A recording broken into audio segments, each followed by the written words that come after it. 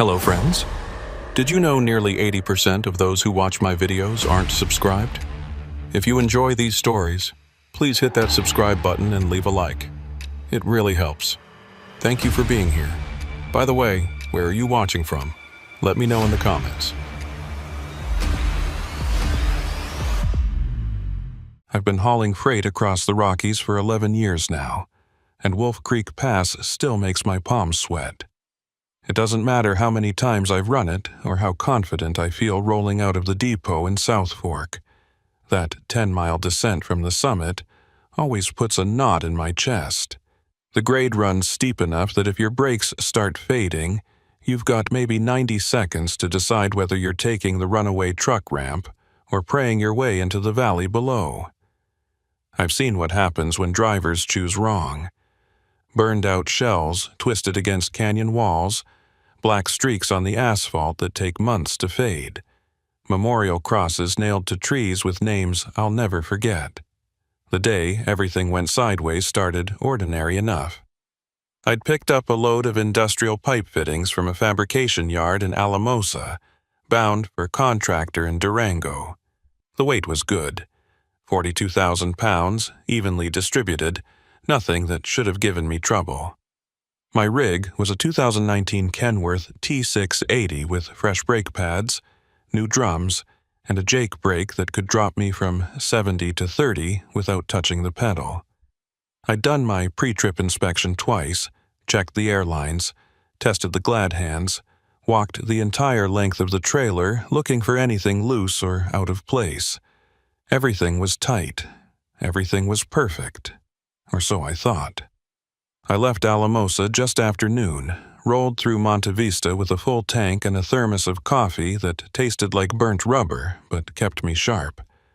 The sky was that kind of endless Colorado blue, not a cloud in sight, and the radio played classic rock stations all the way to the base of the pass. I remember thinking it was going to be an easy run, the kind where you get home early and don't have to explain yourself to dispatch. I was wrong about that. Dead wrong. The climb up the western slope was uneventful. I kept it in 6th gear, let the engine work, and didn't push it. The altitude always steals a little power, but the Kenworth handled it fine.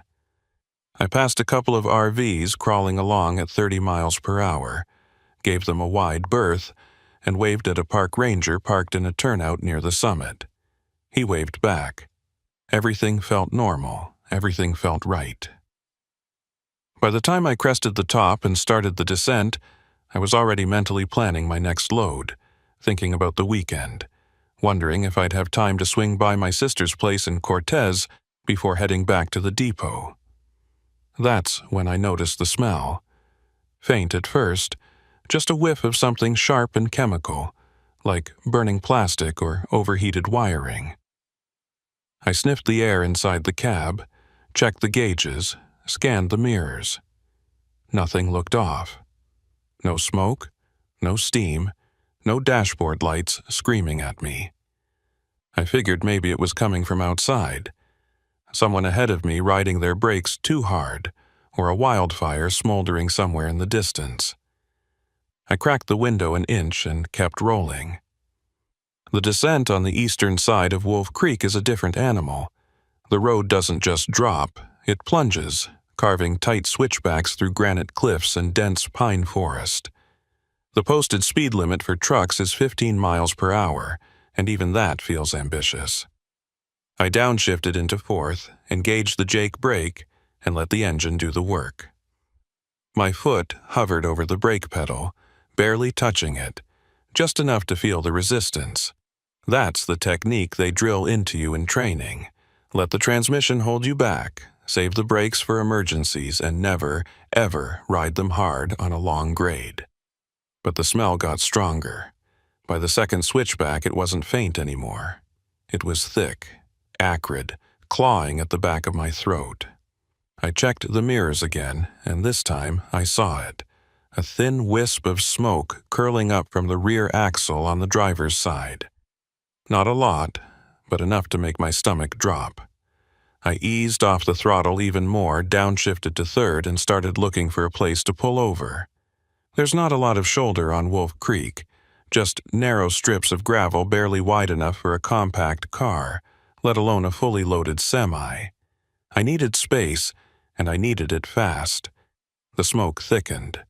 Within 30 seconds, it went from a wisp to a steady stream, dark gray and rolling out from under the trailer like something was cooking down there. My heart started hammering. I checked the speedometer, 18 miles per hour and climbing, even though I was in third gear with the Jake brake maxed out. The weight of the load was pushing me forward, gravity doing what it does best, and the brakes weren't holding like they should. I pressed the pedal harder. It went halfway to the floor before I felt any bite, and even then, it was mushy, weak, like pushing on a sponge. Brake fade. That's what they call it when your brakes overheat and lose their stopping power. It happens when you ride them too hard on a long downhill, when the friction generates so much heat that the brake pads glaze over, and the drums expand just enough that the shoes can't grip anymore. It's one of the most dangerous things that can happen to a loaded truck on a mountain pass, and it was happening to me right now, in real time, with no easy way out.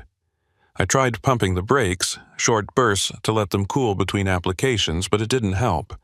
The pedal kept sinking, the smoke kept pouring, and the speedometer kept climbing. 20 miles per hour, 22, 25. The next curve was coming up fast, a sharp right-hander with a guardrail that looked like it was made of toothpicks and hope. I downshifted to second, and the engine screamed in protest. The RPMs redlining, but it bought me a few precious seconds. The rig slowed just enough that I could wrestle it through the turn without flipping, but I could feel the trailer swaying behind me, the weight shifting, the tires scrubbing against the pavement as I fought to keep everything in line. That's when I saw the runaway truck ramp. It was about a quarter-mile ahead on the right side of the road, a long uphill strip of loose gravel designed specifically for situations like this. The idea is simple. If your brakes fail, you aim for the ramp, let the truck roll uphill into the gravel, and the combination of gravity and friction will bring you to a stop. In theory, it's foolproof. In practice, it's terrifying. I've heard stories of drivers who hit the ramp too fast and flipped their rigs end over end, or who missed it entirely and went off the edge instead. But right now, it was my only option. I aimed for the ramp, kept the wheel steady, and braced myself. The truck was doing 30 miles per hour by the time I reached the entrance, way faster than I wanted. But I didn't have a choice. The front wheels hit the gravel and the whole rig lurched violently to the right, the cab shaking so hard I thought my teeth were going to rattle out of my skull. The gravel was deep, up to the axles in some places, and it grabbed the tires like quicksand. I felt the deceleration immediately, a brutal, bone-jarring slowdown that threw me forward against the seatbelt hard enough to knock the wind out of me. The engine roared, the transmission howled, and the whole truck shuddered like it was coming apart at the seams.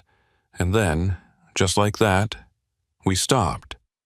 The nose of the Kenworth was buried in a gravel berm at the top of the ramp. The trailer jackknifed slightly behind me, but we were stopped. We were safe. I sat there for a long moment, hands still gripping the wheel, breath coming in short, ragged gasps, trying to process what had just happened. My heart was pounding so hard I could feel it in my ears, and my hands were shaking so badly I couldn't let go of the wheel even if I wanted to. I forced myself to breathe.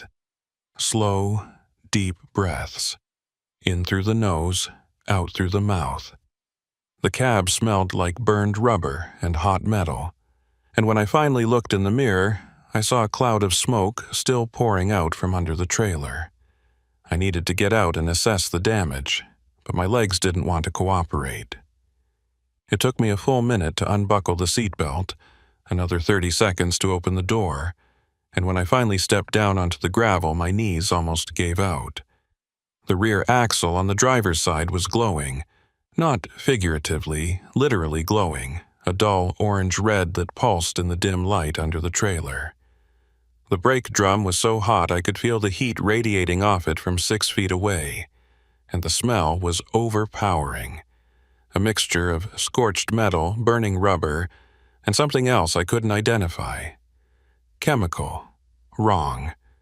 The kind of smell that makes your hindbrain scream at you to get away, get far away, right now.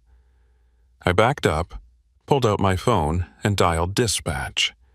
The call went through, but the connection was weak, crackling with static. I explained the situation as best I could: brake fade, runaway ramp, glowing drum, need a tow, and the dispatcher told me to sit tight, that they'd send someone out. Highway patrol would probably show up first, he said, just to make sure I was okay and to document the incident. Then a wrecker would come to haul the rig off the ramp and down to a shop in Pagosa Springs where they could inspect the brakes and figure out what went wrong. I hung up and stood there, staring at the glowing drum, trying to make sense of it. Brake fade happens, sure, but not like this.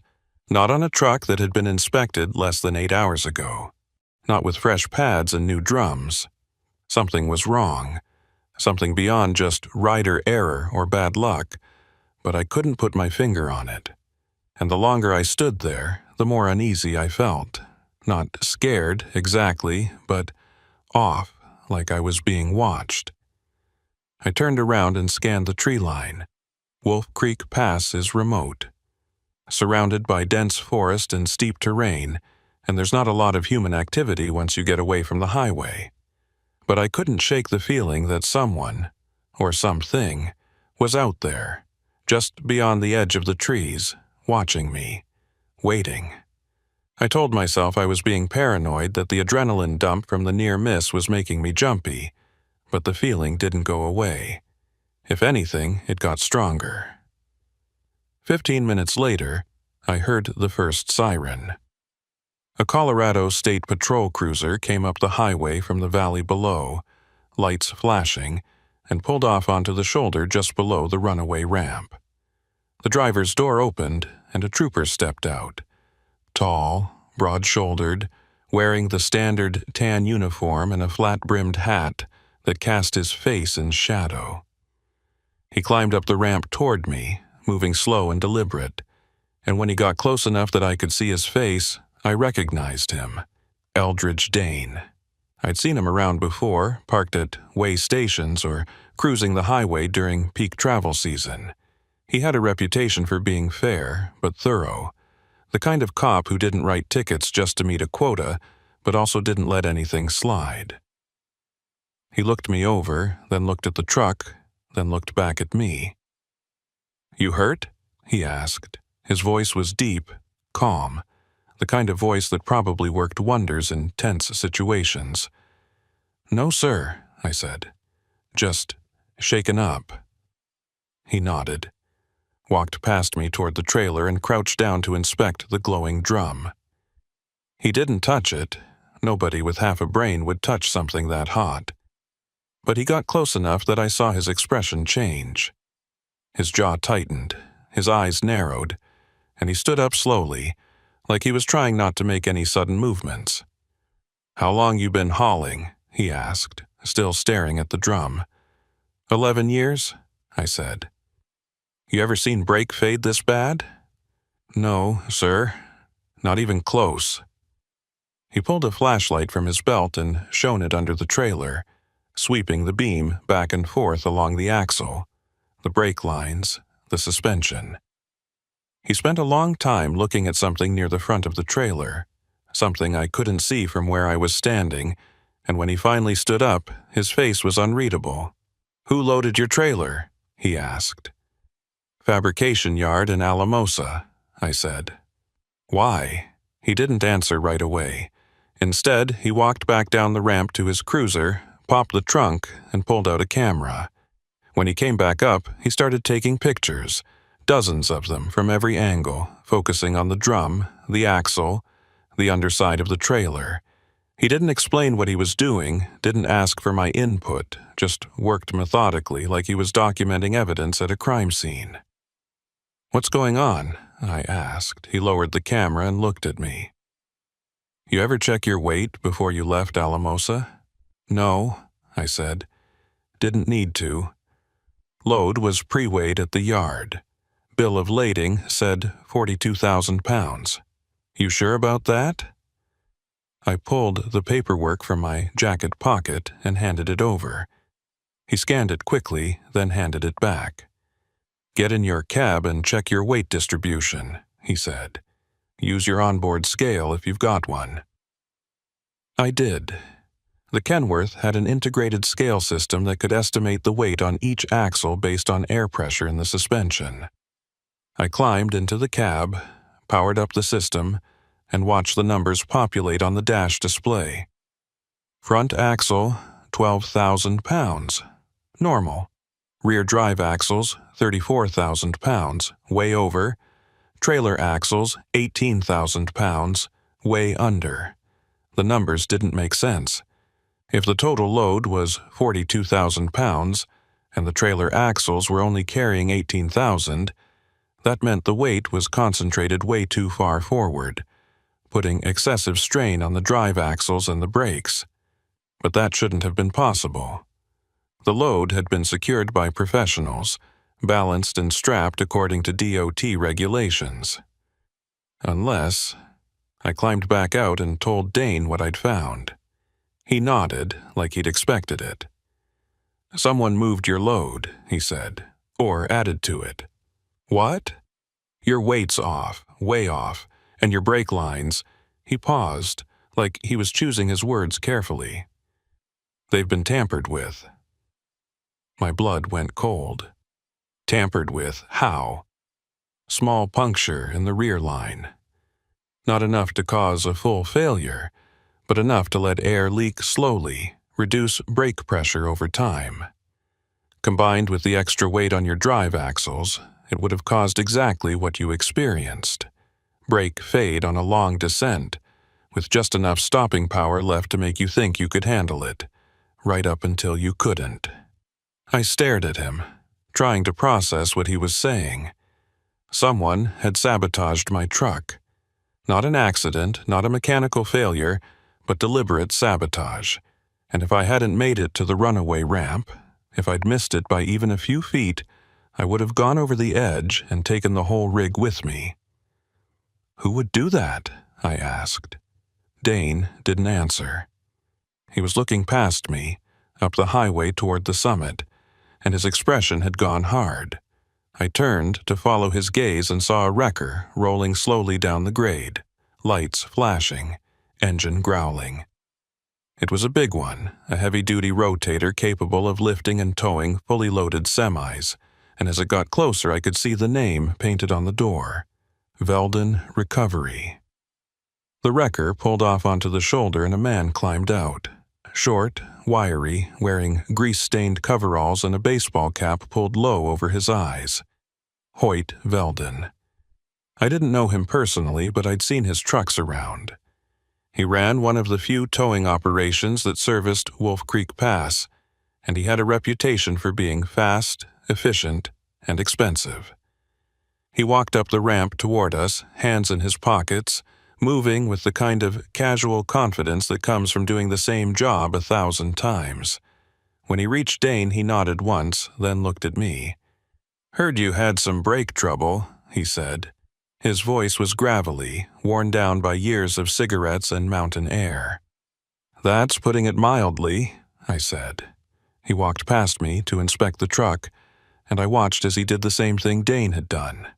Crouched down, looked under the trailer, spent a long time staring at something I couldn't see. When he stood up, he wiped his hands on his coveralls and looked at Dane. "You see what I'm seeing?" Veldon asked. Dane nodded. "Yeah." "What?" I asked. "What are you seeing?" Neither of them answered. Veldon walked back down to his wrecker and started pulling chains and rigging from the bed, while Dane pulled me aside, away from the truck, away from Veldon, far enough that we couldn't be overheard. "Listen," Dane said, keeping his voice low. "Something's not right here. The brake line, the weight distribution, the way your load shifted. None of it adds up. And Veldon," he paused. "He's been the first responder to 6 runaway incidents on this pass in the last 18 months. 3 of them were fatal. In every case, the trucks had the same issue: tampered brake lines and shifted loads." I felt my stomach twist. "Are you saying he's involved?" "I'm saying I don't trust coincidences," Dane said. "And I'm saying you need to be careful. Don't sign anything. Don't let him take your truck until I've had a chance to document everything. And if he asks you about your route or your cargo, tell him you need to call your lawyer first." "I don't have a lawyer."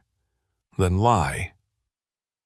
Dane walked back to his cruiser and started making calls, while Veldon continued rigging the record to my truck. I stood there, caught between them, trying to make sense of everything that had just happened. My truck had been sabotaged. Someone had tampered with my brakes, shifted my load, and sent me down Wolf Creek Pass with just enough stopping power to make it look like an accident. And now, the guy who was supposed to tow me to safety was potentially connected to multiple fatalities on this exact stretch of road. I wanted to run. I wanted to get in my truck, fire it up, and drive straight down the mountain. Brake, fade be damned. But I couldn't. The rig was stuck in gravel up to the axles, the brakes were shot, and even if I could move, Dane would probably arrest me for leaving the scene. So I stayed and I watched. And I waited for whatever came next. Veldon worked fast, too fast. He had the chains hooked up and the wrecker's boom positioned in less than 10 minutes, moving with the kind of efficiency that comes from doing the same job hundreds of times. But there was something mechanical about the way he moved, something that didn't quite fit. Most tow operators I've seen take their time, double-check everything, make conversation while they work. Veldon didn't say a word. He just hooked, tested, adjusted, and moved on to the next connection point like he was following a script he'd memorized years ago. Dane was still on the phone by his cruiser, his back turned to us, but I could see him glancing over his shoulder every few seconds. He was watching Veldon just as closely as I was, and that made my unease worse. If a state trooper with years of experience didn't trust this guy, why the hell was he the one towing my truck? I wanted to ask, wanted to pull Dane aside and demand answers, but I kept my mouth shut.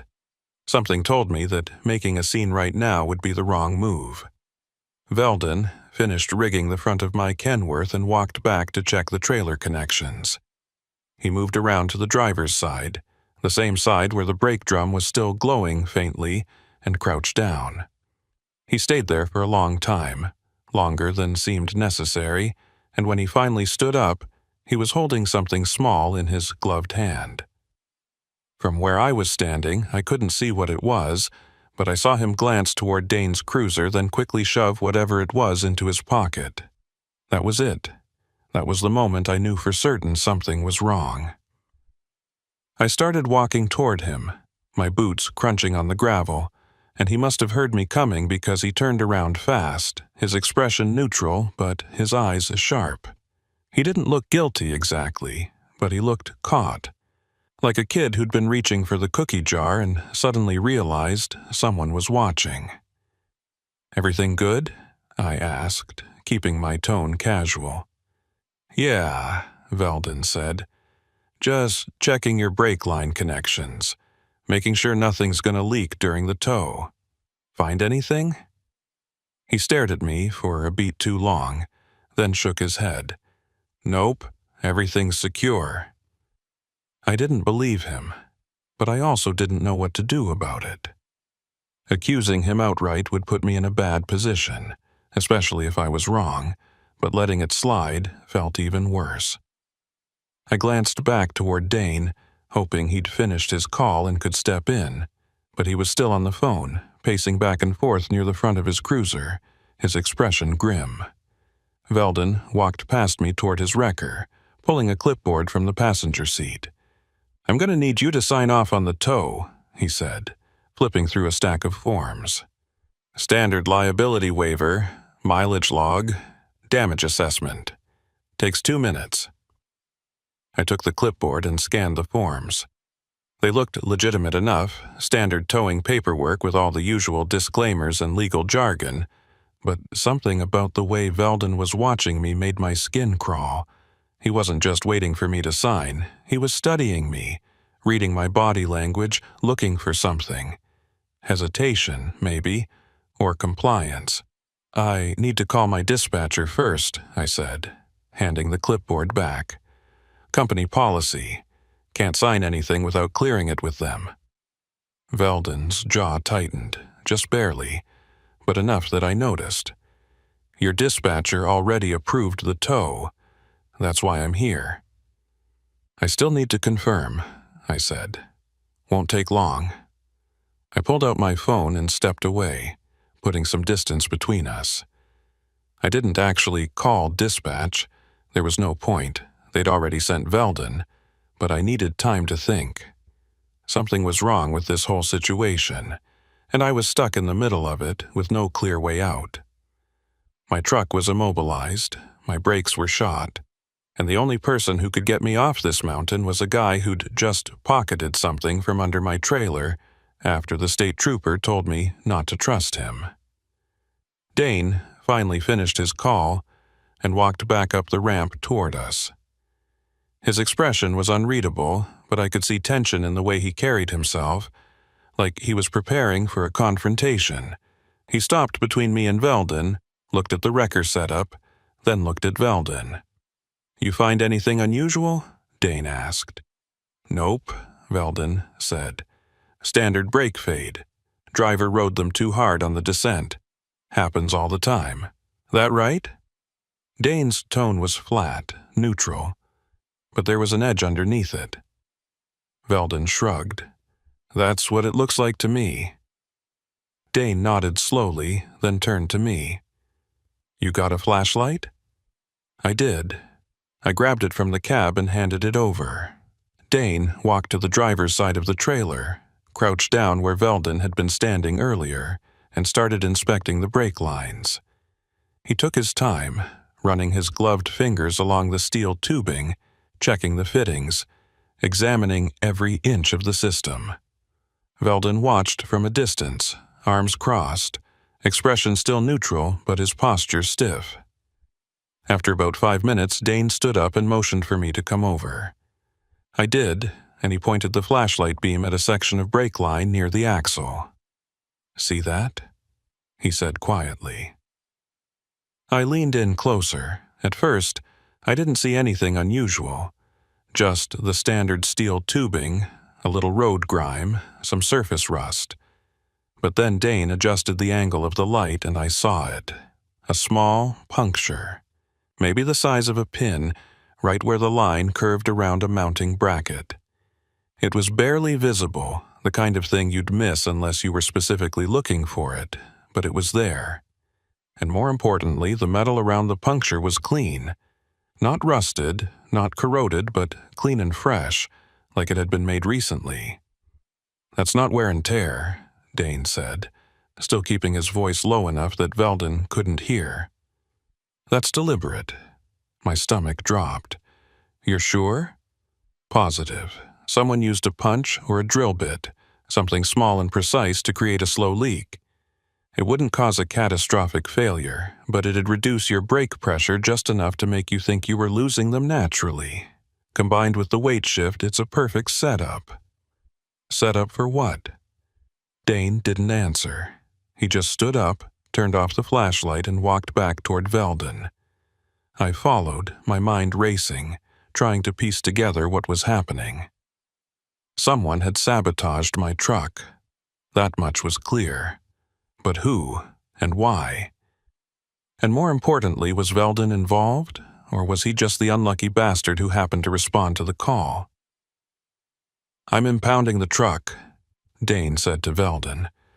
Veldon's expression shifted, just slightly, but enough that I caught it. Surprise, maybe frustration. On what grounds? He asked. Evidence tampering. Possible criminal sabotage. I need to document everything before it gets moved. I've already got it rigged. You're going to make me unrig it? That's exactly what I'm going to make you do. Veldon stared at Dane for a long moment, and I could feel the tension between them thickening, coiling like a spring ready to snap. Then, without a word, Veldon turned and walked back to his wrecker. He started unhooking the chains, moving slower now, deliberately slow, like he was making a point. Dane watched him the entire time, one hand resting casually on his duty belt, close to his sidearm. I stood off to the side, feeling like a spectator at a standoff I didn't fully understand. My truck was evidence now, which meant I wasn't going anywhere anytime soon. But that also meant I was safe, at least for the moment. Whatever Veldon had been planning, Dane had just thrown a wrench into it. It took Veldon another 15 minutes to disconnect everything. When he finished, he walked back to Dane and handed him a business card. You want it towed, you call me. I'm the only operator on this pass with a rotator big enough to handle a loaded semi. I'll keep that in mind, Dane said, pocketing the card without looking at it. Veldon climbed into his wrecker, fired up the engine, and rolled back down the ramp onto the highway. He didn't look at me, didn't wave, didn't acknowledge my existence, just drove away, heading west toward the summit, and disappeared around the first curve. The sound of his engine faded slowly, swallowed by the distance and the dense forest, and then it was just me and Dane standing on the runaway ramp in the fading afternoon light. What now? I asked. Now we wait, Dane said. I've got a forensic team coming up from Alamosa. They'll document everything, take samples, photograph the brake lines and the load. Then we'll figure out who had access to your truck and when. How long is that going to take? Could be a few hours. Could be overnight. He looked at me. You got somewhere to stay?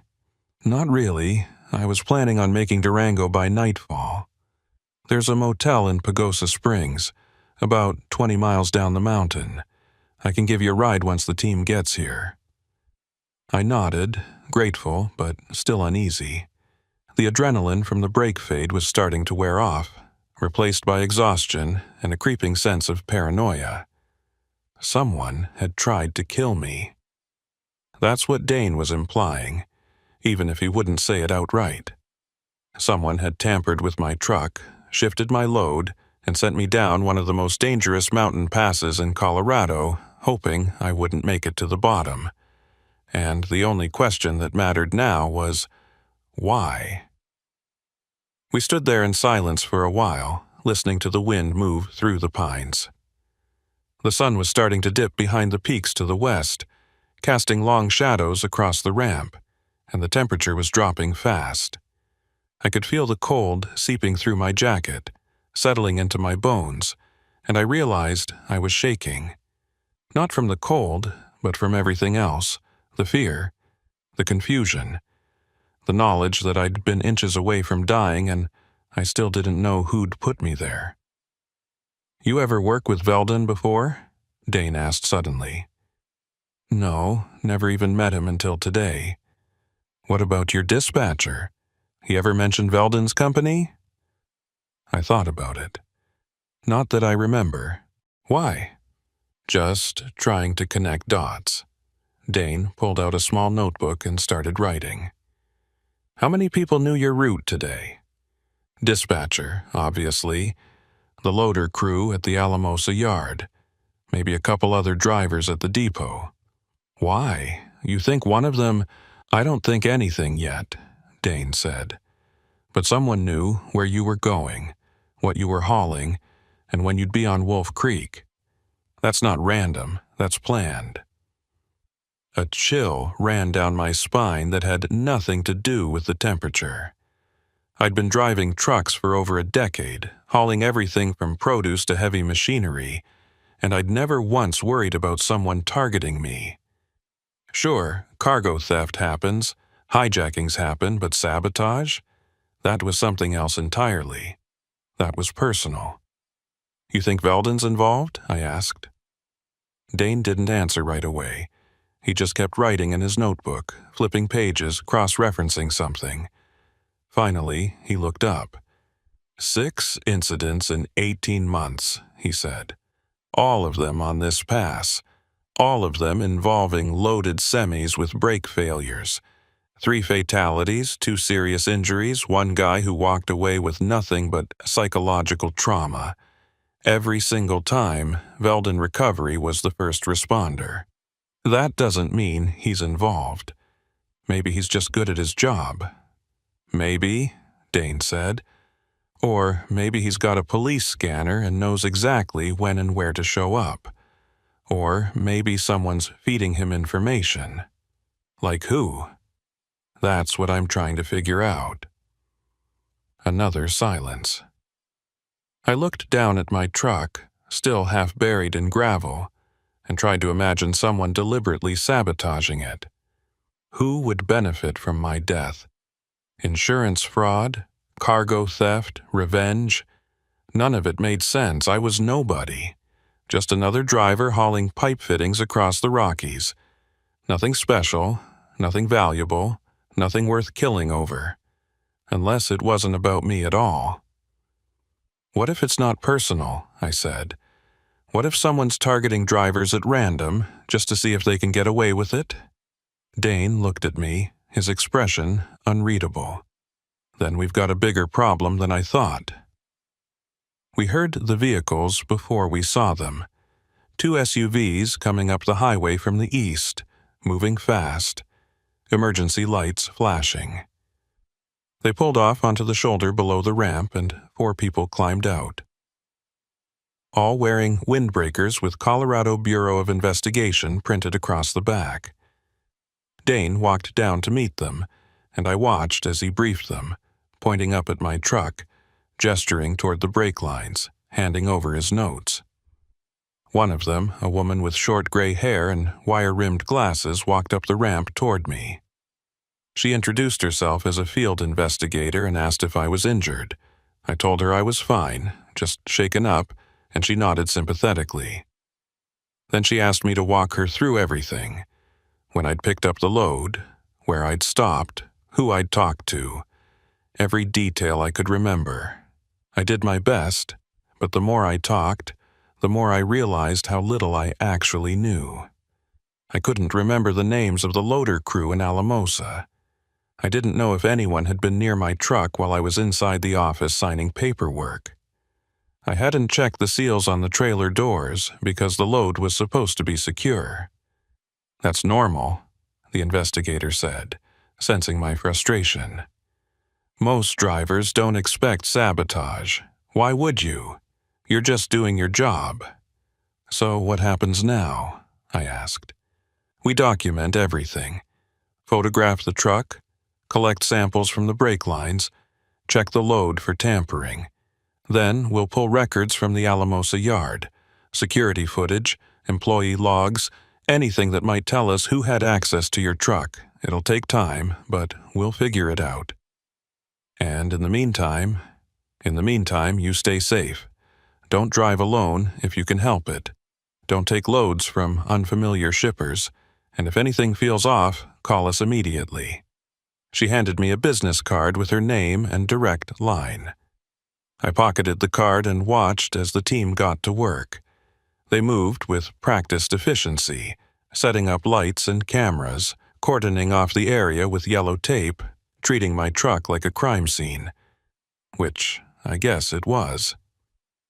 Dane stayed close, supervising, occasionally stepping in to point out something or answer a question. And I just stood there feeling useless and scared and angry all at once. The sun dropped below the horizon, and the temperature plummeted.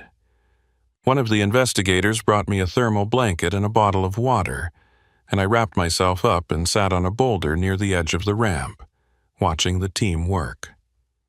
The lights they'd set up cast harsh shadows across the truck, making it look alien and unfamiliar, like it wasn't even mine anymore. And maybe it wasn't. Maybe it never would be again. Around 8 o'clock, Dane walked over and told me they were almost done. The forensic team had collected everything they needed, and they'd arranged for a different towing company, one based out of Durango, to come up in the morning and move the truck to a secure impound lot. He offered to drive me down to Pagosa Springs like he'd promised, and I accepted gratefully. We climbed into his cruiser and headed down the mountain. The descent was slow and careful, Dane taking the curves at half the posted speed limit, and I was grateful for it. I'd had enough adrenaline for one day. We didn't talk much during the drive. I stared out the window at the dark forest rolling past, and Dane kept his eyes on the road, occasionally checking his mirrors like he was watching for something. About halfway down, he spoke. "You ever hear of a guy named Merrick Bray?" I shook my head. "No, who's he?" "Driver out of Grand Junction. Ran loads through Wolf Creek maybe 3-4 years ago. Had a brake failure just like yours, only he didn't make it to the runaway ramp. Went off the edge near mile marker 168. Truck rolled 4 times before it hit bottom. He survived, barely, but he was never the same. Spent 6 months in a hospital, another year in physical therapy. Lost his CDL, lost his livelihood." Jesus. Yeah, and here's the thing. His truck had the same issue. Punctured brake line, shifted load, everything set up to look like an accident. But nobody investigated it, no forensic team, no CBI, nothing. Everyone just assumed it was driver error and moved on. "Why are you telling me this?" Dane glanced at me. "Because Veldon towed his truck too." My blood ran cold. "You think Veldon's been doing this for years?" "I think someone has. Whether it's Veldon or someone working with him, I don't know yet. But the pattern's there. And now that we've got evidence, we can start connecting the dots." We reached Pagosa Springs just after 9. Dane dropped me off at a small motel near the edge of town, a run-down place with flickering neon and cracked pavement. But it was clean and cheap, and I didn't care. He gave me his card and told me to call if I remembered anything else, or if anything unusual happened. I thanked him, checked into a room on the 2nd floor, and locked the door behind me. I didn't sleep that night. I lay in bed with the lights on, staring at the ceiling, replaying everything in my mind. The smell of burning brakes, the smoke pouring from the drum, the way Veldon had moved, calm and efficient, like he'd done it all before. The punctured brake line, the shifted load, the business card Dane had pocketed without looking at. And then I remembered something small, something I'd dismissed at the time but now felt significant. When I'd picked up the load in Alamosa, the yard foreman had mentioned that the original driver, the guy who was supposed to haul this load, had called in sick that morning. Last-minute cancellation, he'd said. They'd scrambled to find a replacement, and I'd been the only one available, which meant someone had known the original driver wasn't coming, and someone had made sure I was the one who took his place. I grabbed my phone and called Dane.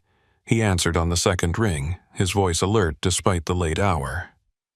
"I just remembered something," I said, and I told him about the last-minute driver swap.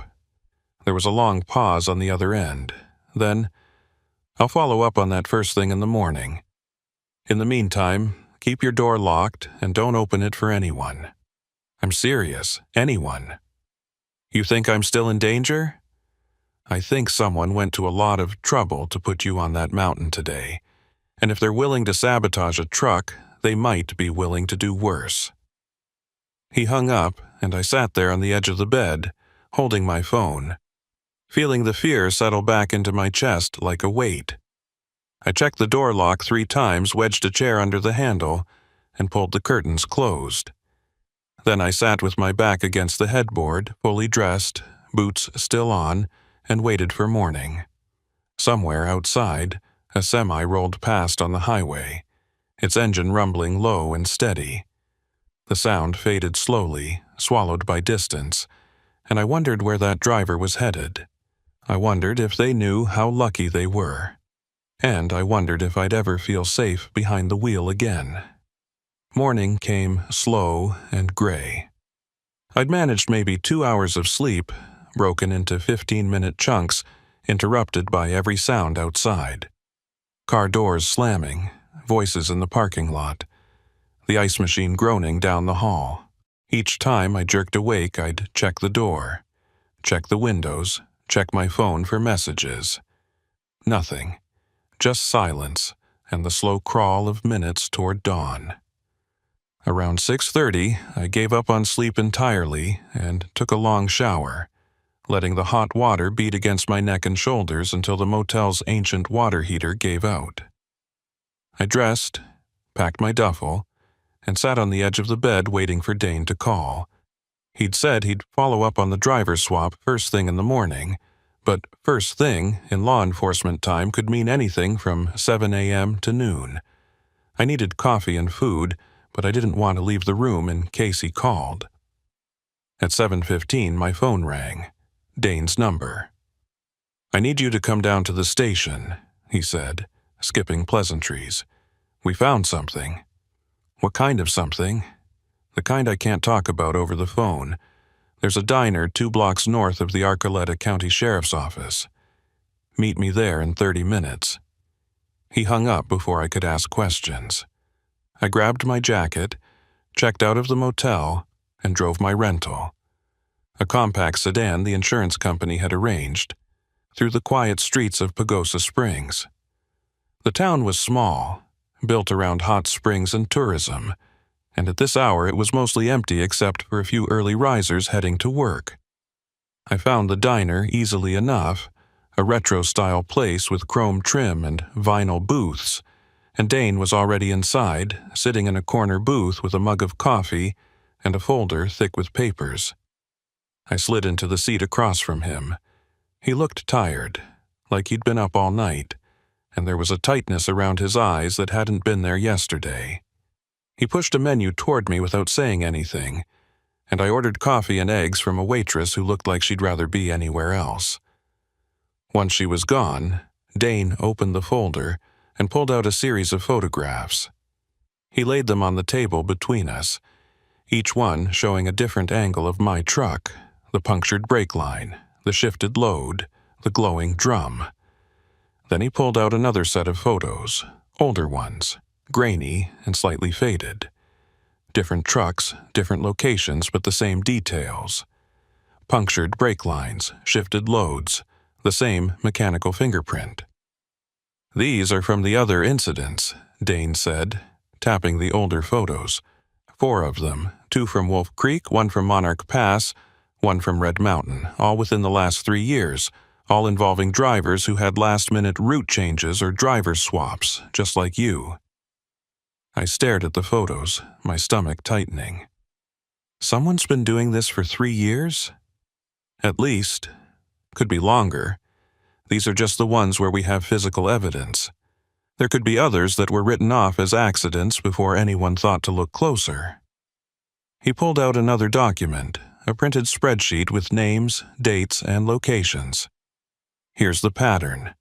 Every single incident involved a load originating from a specific set of fabrication yards or distribution centers, all of them in the San Luis Valley, Alamosa, Monte Vista, Del Norte, and every single time Veldon Recovery responded within 30 minutes. "That's not possible," I said. "Wolf Creek is remote. There's no way he could get there that fast unless he was already nearby," Dane finished, which means either he's monitoring police scanners and positioning himself in advance, or someone's tipping him off. "Who?" Dane leaned back, his expression grim. "That's what I spent all night trying to figure out. I pulled dispatch records, towing contracts, insurance claims, and I found something interesting. Veldon Recovery has an exclusive contract with 3 major trucking insurance providers. Any time one of their insured drivers has an incident on a mountain pass in this region, Veldon gets the call automatically. No bidding, no competition, just him. Is that legal? Technically, yes. Insurance companies can contract with whoever they want. But it's unusual, especially for a small operation like Veldon's. Most companies spread the work around to avoid conflicts of interest. But these three providers, they only use him, and all three of them insure drivers hauling out of the San Luis Valley. The waitress brought my coffee and eggs, and I waited until she was gone before speaking. So, what are you saying? Veldon's got some kind of deal with the insurance companies? I'm saying it's suspicious, and I'm saying we need to find out who the original driver was, the one who called in sick yesterday, and why. I took a sip of coffee, my mind racing. You think he was in on it? Maybe. Or maybe someone made sure he couldn't make the run. Either way, we need to talk to him. Dane pulled out his phone and scrolled through his notes. Name's registered as Eugene Adderley. Works out of the same depot you do. I tried calling him this morning, but his phone's disconnected. Went by his listed address in Alamosa, nobody home. Neighbors say they haven't seen him in 2 days. A chill ran through me. You think something happened to him? I think it's too much of a coincidence that he disappeared the same day you nearly died on Wolf Creek Pass. Dane gathered the photos and slid them back into the folder. I've got a bolo out on him, but in the meantime, I need you to think, did you notice anything unusual at the Alamosa yard? Anyone watching you? Anyone asking questions about your route? I thought back, trying to remember. The yard had been busy, forklifts moving pallets, loaders shouting over the noise of engines and air wrenches. I checked in at the main office, signed the paperwork, and waited while they loaded the trailer. Standard procedure. I hadn't noticed anyone paying particular attention to me, but then again, I hadn't been looking. There was a yard foreman, I said slowly. Older guy, maybe 60. He's the one who told me about the driver swap. Said Eugene had called in that morning. Food poisoning or something. He seemed frustrated about it, like it had screwed up the schedule. You remember his name? I shook my head. He was wearing a company vest, but I don't think I caught his name. Just talked to him for a minute or two. Dane made a note. I'll pull employee records from the yard, see if anyone stands out. He paused. What about after the load? Did you stop anywhere between Alamosa and Wolf Creek? Just once. Gas station in Monte Vista. Filled up, used the restroom, grabbed a coffee, maybe 15 minutes total. You leave the truck unattended? Yeah, but I locked it. And I checked the seals on the trailer when I came back. They were intact.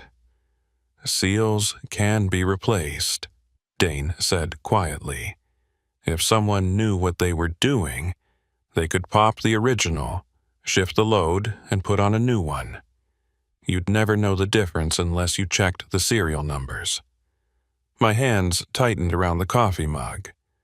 The idea that someone had been inside my trailer, moving things around, sabotaging the weight distribution while I was inside a gas station buying coffee, it made my skin crawl. I'd been so careful, so thorough with my pre-trip inspection, and it hadn't mattered. They'd gotten to me anyway. So, what do we do now? I asked. Now, I keep digging. And you stay visible. Don't go anywhere alone. Don't take any loads until this is sorted out. And if you see Veldon or anyone associated with his company, you call me immediately, understand? I nodded. Dane slid a second business card across the table. This one with a different number written on the back in pen. That's my personal cell.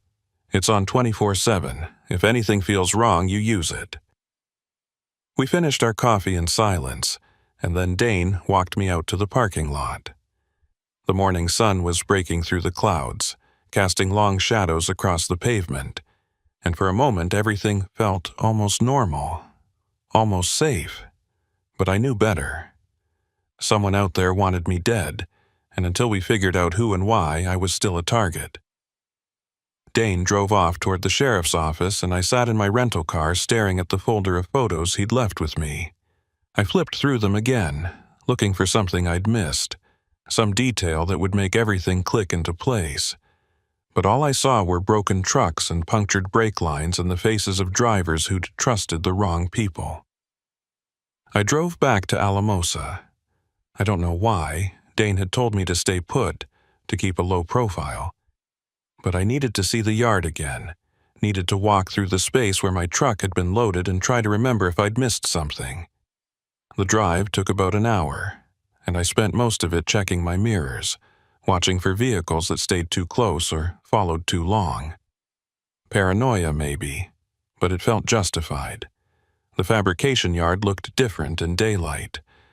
Busier, louder, with trucks coming and going in a steady stream. I parked near the main office and walked through the gate, keeping my head down, trying not to draw attention. Nobody stopped me. Nobody even looked at me. I made my way to the loading area where my trailer had been staged, and I stood there, studying the ground, the tire tracks, the oil stains on the concrete. Nothing stood out. It was just a loading dock, same as 1,000 others I'd seen. But then I noticed something near the edge of the lot, partially hidden behind a stack of empty pallets.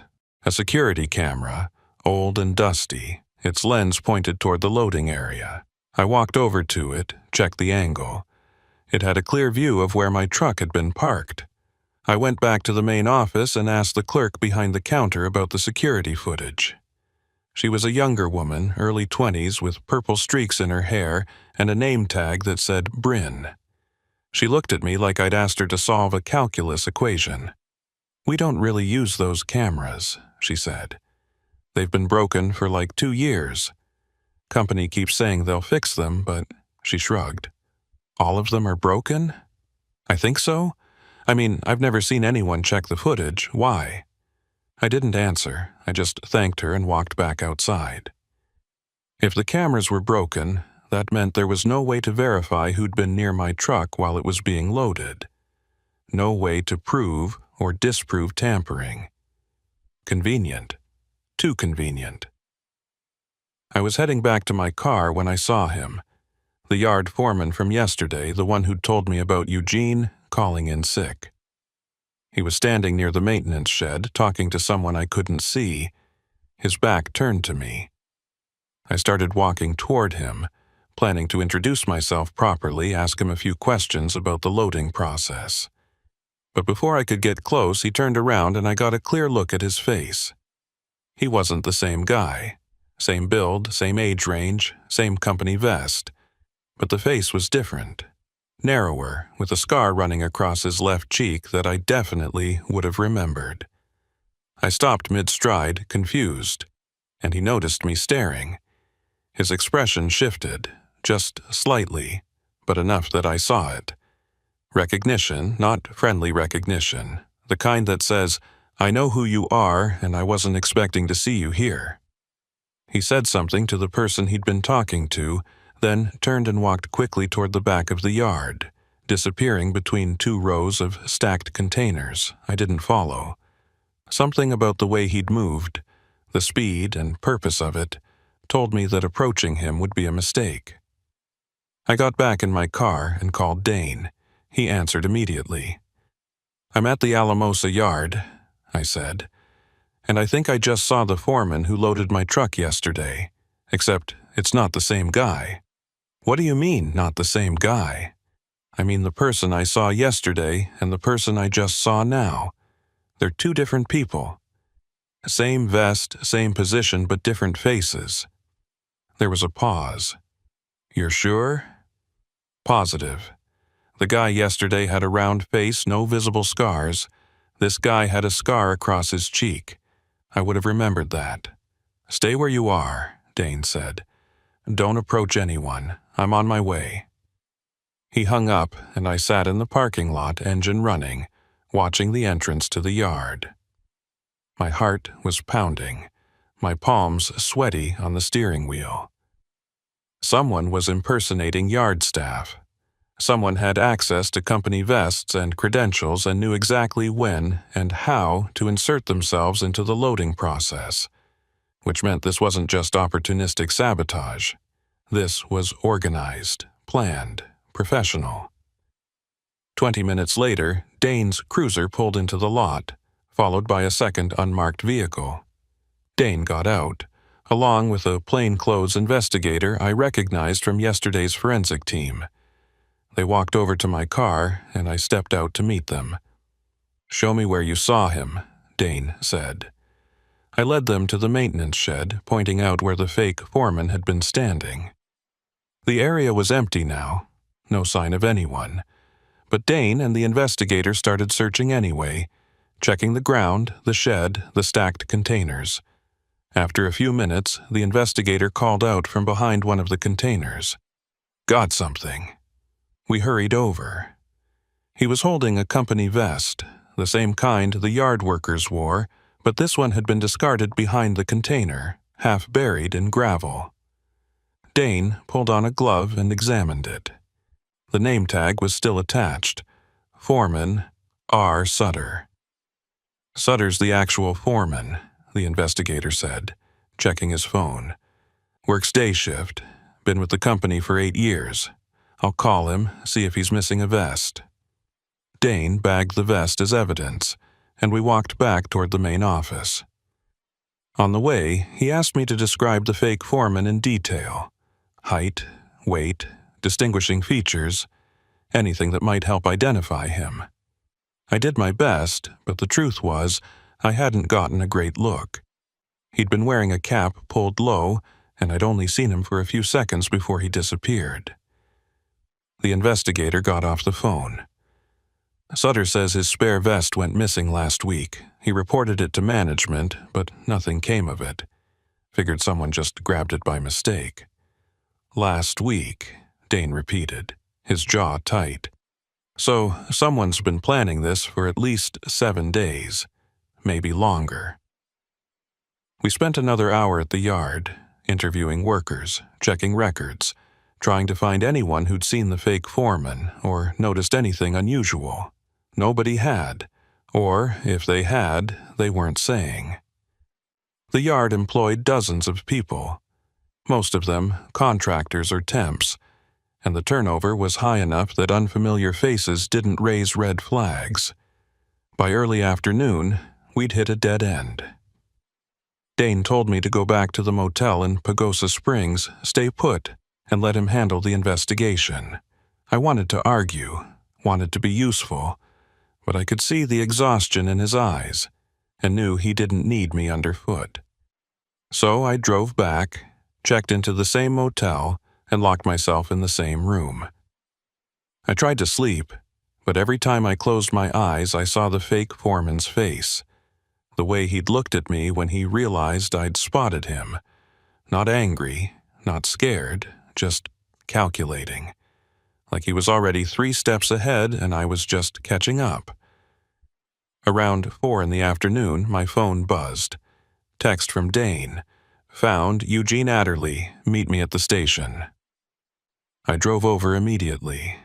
Dane was waiting in the parking lot, and one look at his face told me it wasn't good news. "He's alive," Dane said, "but barely. Flagstaff PD found him in a motel outside Williams, Arizona. Severe dehydration, possible drug overdose. He's in the ICU now, unconscious. Can't talk, might not wake up." Arizona? What the hell was he doing in Arizona? That's what I want to know. His truck was found abandoned at a rest stop near Gallup, New Mexico. Keys in the ignition, wallet on the seat, phone smashed on the floor. Someone drove it there, ditched it, and left him to die in a motel 300 miles away. The pieces were starting to fit together, forming a picture I didn't want to see. "They got to him first," I said quietly. "Made sure he couldn't make the run, then put me in his place." "That's my theory," Dane said. "Question is, why you? What made you the target?" I didn't have an answer. I'd been asking myself the same question since yesterday, and I still couldn't come up with anything that made sense. I was just a driver. No enemies, no debts, no reason for anyone to want me dead. Unless, what if it's not about me? I said. What if I'm just convenient?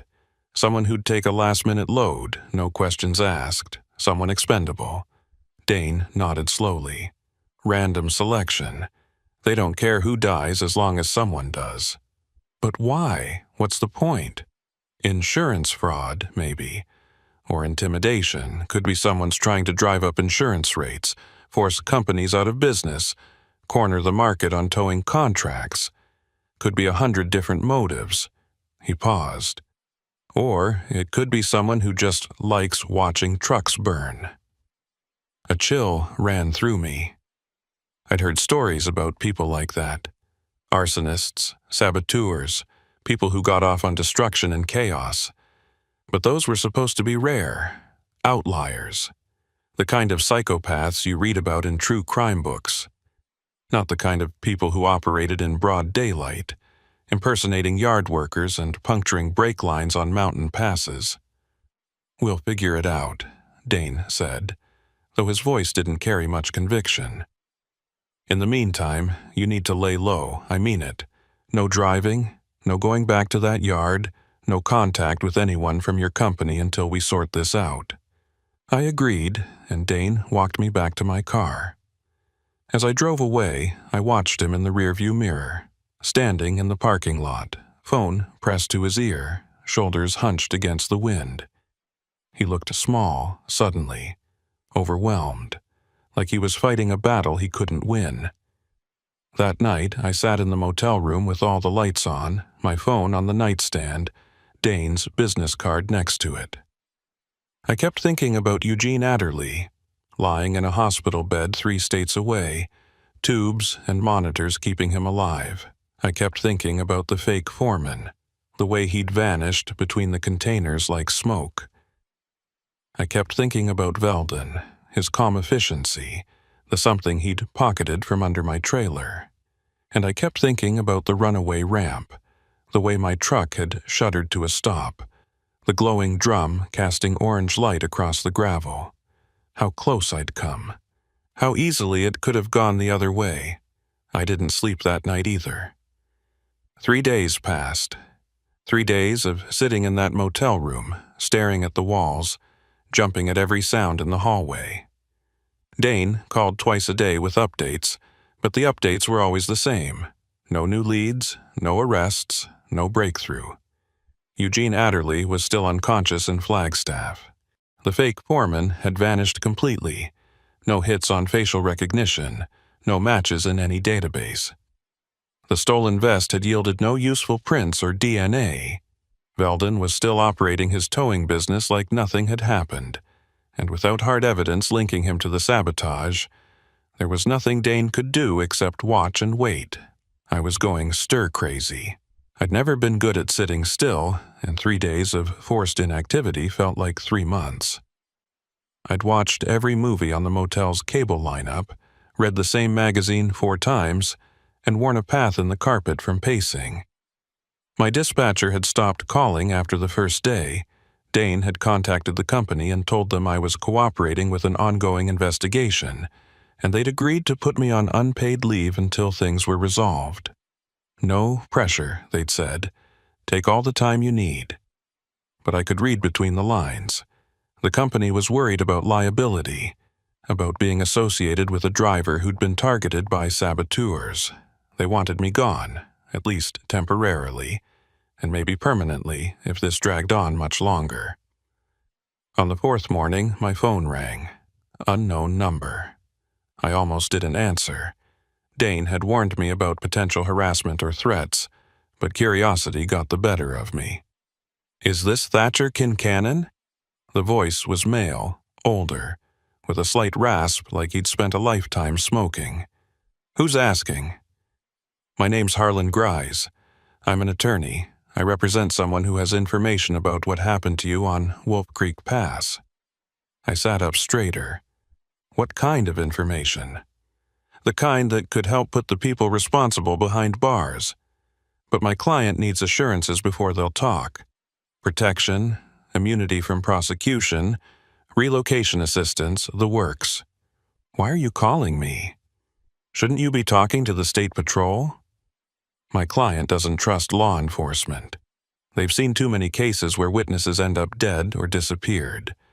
But they trust you. Or at least they trust that you have a vested interest in seeing justice done. I don't understand. Who's your client? Can't tell you that over the phone. But if you're willing to meet, I can arrange a face-to-face. Neutral location, public place, whatever makes you comfortable. Every instinct I had screamed that this was a trap. But another part of me, the part that was desperate for answers, desperate to understand why someone had tried to kill me, wanted to hear what this person had to say. I need to talk to Sergeant Dane first, I said. Of course, but do it quickly.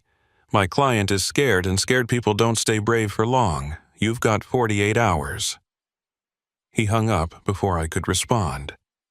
I immediately called Dane and told him about the conversation. He was quiet for a long moment. It could be legitimate, he said finally. Or it could be someone trying to lure you out into the open. Hard to say without more information. So what do I do? Let me run the name. Harlan Grise.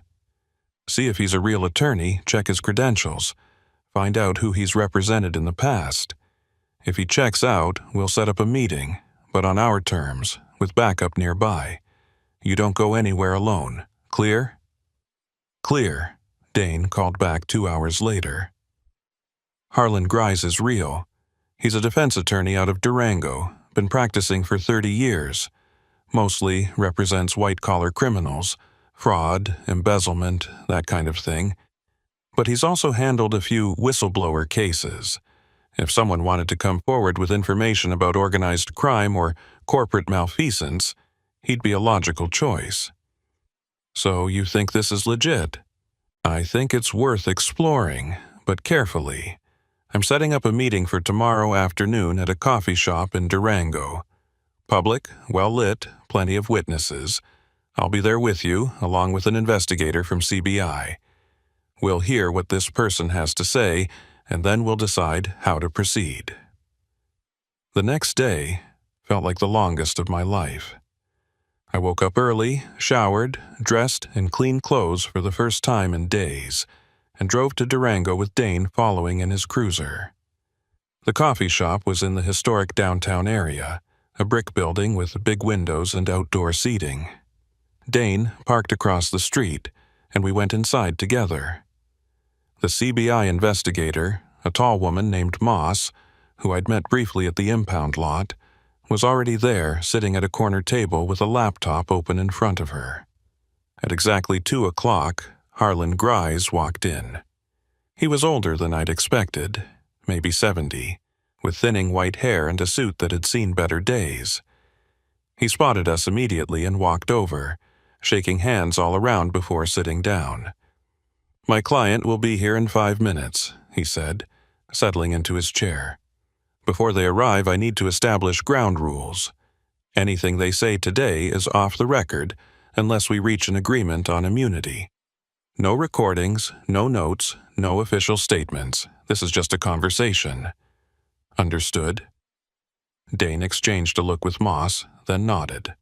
Understood. But if your client has information about ongoing criminal activity, we can't ignore it.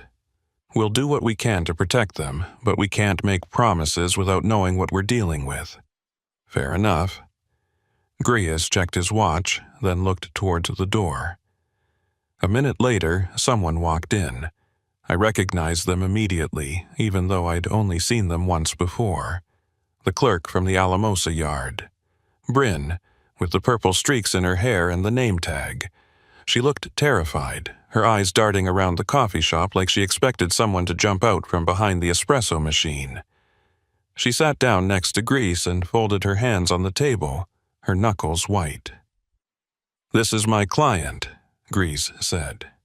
"She's agreed to tell you what she knows, but only if you can guarantee her safety." Dane leaned forward.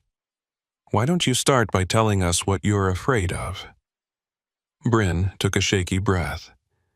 I've been working at the Alamosa yard for 2 years. It's just a part-time job, something to pay the bills while I'm in school. About 6 months ago, I started noticing things. Small things at first. Shipments that didn't match the manifests. Drivers who were supposed to pick up loads but never showed. Equipment that went missing from the inventory but was never reported stolen. Did you report any of this? Moss asked. I tried. I told my supervisor, but he just brushed it off. Said it was clerical errors, that the system was outdated and glitchy. Told me not to worry about it. She paused, her voice dropping to almost a whisper. But then I started seeing the same guy around. He wasn't an employee, didn't have a badge or anything, but he'd show up at the yard 2 or 3 times a week. Always talking to the foreman, always hanging around the loading area. And then trucks would have problems. Brake failures mostly. A couple of rollovers. One guy died. My stomach tightened. What did this guy look like? Tall, maybe 6 feet, thin, wiry, had a scar across his left cheek, real noticeable. Wore a baseball cap most of the time, but I saw his face once when he took it off. Pale skin, dark eyes, looked like he hadn't slept in a week. That was him, the fake foreman I'd seen at the yard. I looked at Dane, and he nodded slightly, already making the connection. Did you ever hear his name? Dane asked. Bryn shook her head. No, but I heard the real foreman, Sutter, call him V once, like it was a nickname or something. V, Moss repeated, typing on her laptop. Could be short for anything. Vernon, Vincent, Victor, or Veldon, I said quietly. Everyone looked at me. Dane's expression darkened.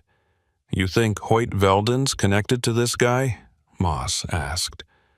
I think it's too much of a coincidence that Veldon shows up to every brake failure on Wolf Creek, and now we've got someone with a name starting with V sabotaging trucks at the same yard where my load originated.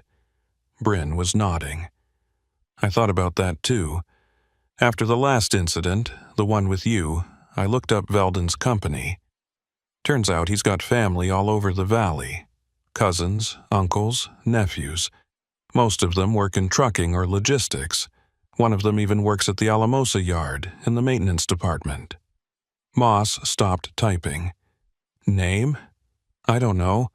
I just saw it on an employee roster once. But I can get it for you if you give me access to the system. Dane pulled out his phone and stepped away to make a call. Moss continued questioning Bryn, asking about dates, times, any other suspicious activity she'd witnessed. I sat there trying to process everything. It was starting to make sense.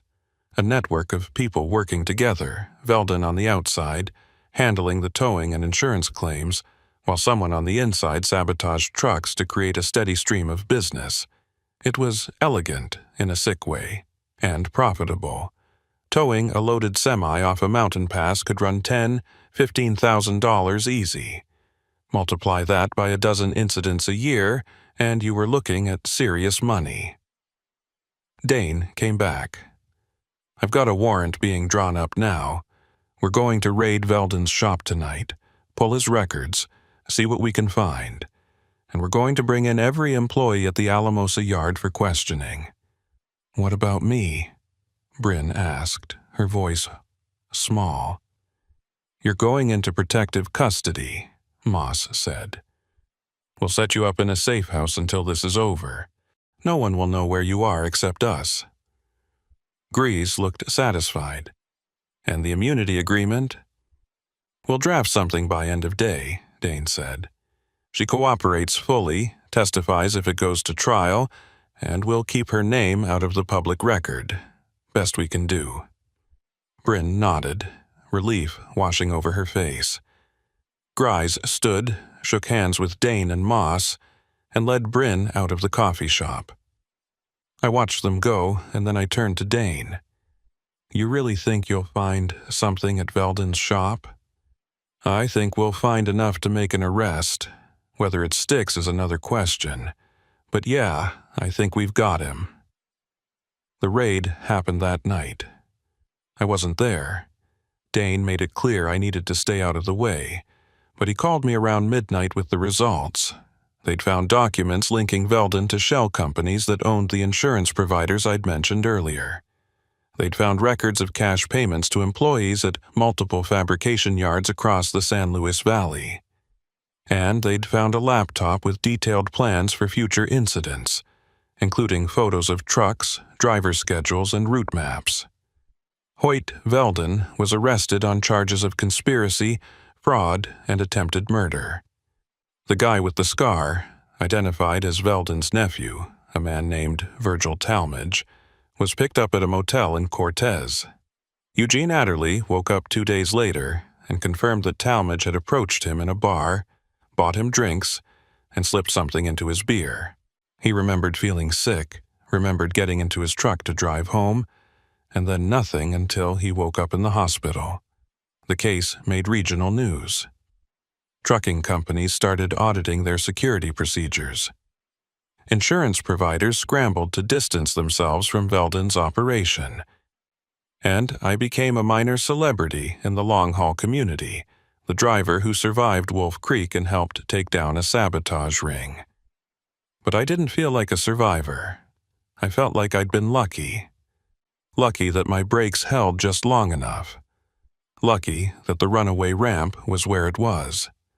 Lucky that Dane had been suspicious enough to look closer instead of writing it off as driver error. I went back to work a month later, but I never ran Wolf Creek Pass again.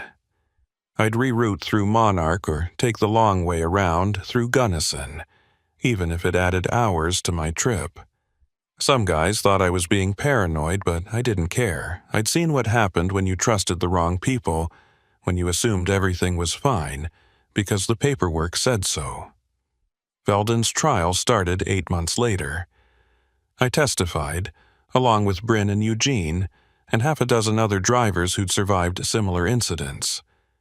The prosecution laid out the whole scheme, how Veldon and his network had been sabotaging trucks for years, racking up towing fees and insurance payouts while drivers died or got maimed or lost their livelihoods. The defense tried to argue that Veldon was just a businessman who'd been in the wrong place at the wrong time, but the evidence was overwhelming. The jury took 4 hours to convict him on all counts. He got 30 years, no parole. Talmadge got 20.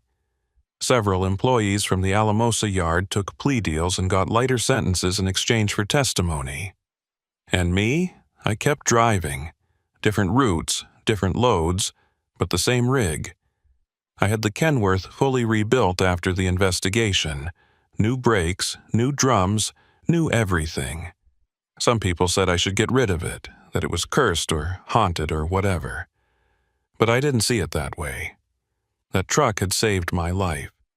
It had held together just long enough to get me to the runaway ramp, and I wasn't going to abandon it now. But I did make some changes. I started doing my own inspections, double-checking everything, even if it meant I was late leaving the depot. I installed my own security cameras on the trailer, tiny wireless units that fed to my phone so I could monitor the load in real time. I kept a journal of every stop, every person I talked to, every detail that seemed even slightly off. And I never, ever ignored my gut again. If something felt wrong, I pulled over. If someone seemed too eager to help, I declined. If a route looked sketchy, I found another way. Because the thing about Wolf Creek Pass, the thing nobody talks about, is that it's not the mountain that kills you. It's the people. The ones who smile while they sabotage your brakes. The ones who offer help while they're calculating how much your death is worth. The ones who disappear into the trees while you're fighting to keep your rig on the road.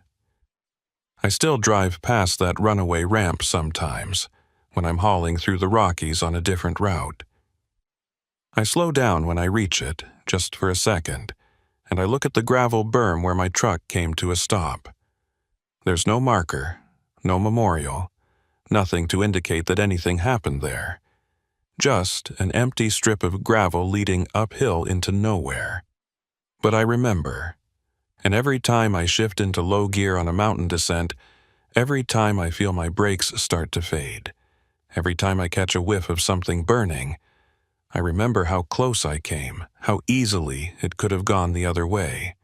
And I keep driving, because that's what we do. We push through the fear, ignore the nightmares, and keep the wheels rolling.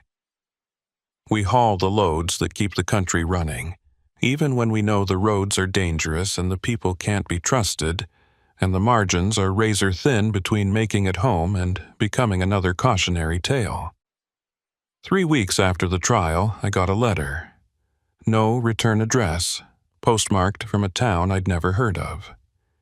Inside was a single sheet of paper with 2 sentences written in block letters. They didn't get all of us. Watch your mirrors. I showed it to Dane. He had it analyzed, checked for prints and DNA, tried to trace the postmark. Nothing. Whoever sent it knew how to stay invisible. Could be a hoax, Dane said, handing the letter back to me. Someone trying to scare you. Or it could be someone from Veldon's network who got away, letting you know they're still out there. What do I do? Same thing you've been doing. Stay alert. Trust your instincts. And if you see anything at all, you call me. I kept that letter, folded it up and put it in my glove box right next to my registration and insurance card. A reminder that the danger didn't end with Veldon's conviction, that there are people out there, on these mountain roads, in these remote depots who see drivers as targets instead of human beings. I still drive Wolf Creek's sister passes, still haul through the Rockies, still make my deliveries on time. But I'm different now. Harder, more careful, less trusting. And sometimes, late at night, when I'm alone on a dark stretch of highway with nothing but the stars and the white lines and the distant glow of a town I'll never stop in, I check my mirrors, just to make sure no one's following, just to make sure I'm still alone. Because out here, in the mountains, you never really know who's watching, who's waiting, who's already 3 steps ahead, planning the next brake line to puncture, the next load to shift, the next driver to send screaming down a grade with no way to stop. All I know is this: I'm still here. Still driving, still alive, and I intend to keep it that way. I've been running freight through Montana for 16 years, and Marias Pass still doesn't feel real. It's one of those routes that shouldn't exist, a narrow slash through the Continental Divide where the railroads got there first and the highway came later, almost as an afterthought. U.S. Route 2 cuts through Glacier National Park territory, threading between peaks that scrape 10,000 feet, and in winter it becomes one of the most dangerous stretches of asphalt in the northern Rockies. Not because of the grade. Marias isn't steep like Wolf Creek or Donner, but because of the weather. Whiteout conditions can roll in without warning, dropping visibility to 0 in minutes, and when that happens, you're driving blind with nothing but painted lines and prayer to keep you on the road. The load I picked up in Cut Bank was straightforward enough. Drilling equipment for a site near Columbia Falls, about 120 miles west. Heavy steel casings, bundled pipe sections, a hydraulic rig disassembled and strapped across 3 pallets.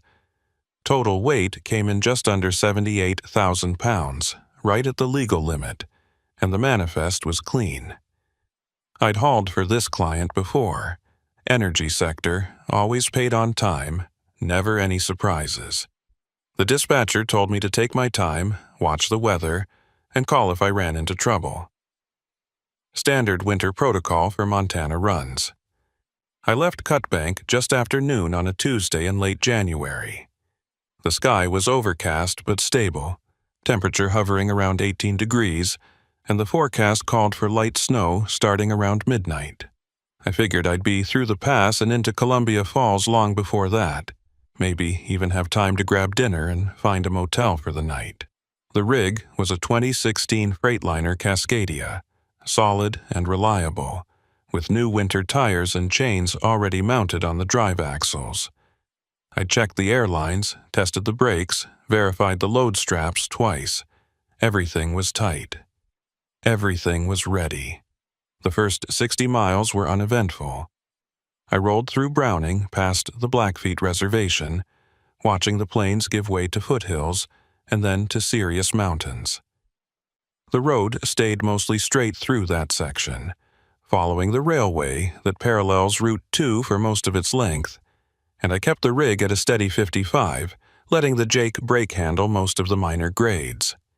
Traffic was light, a few passenger vehicles, a couple of RVs heading east, no other semis. That wasn't unusual for this time of year.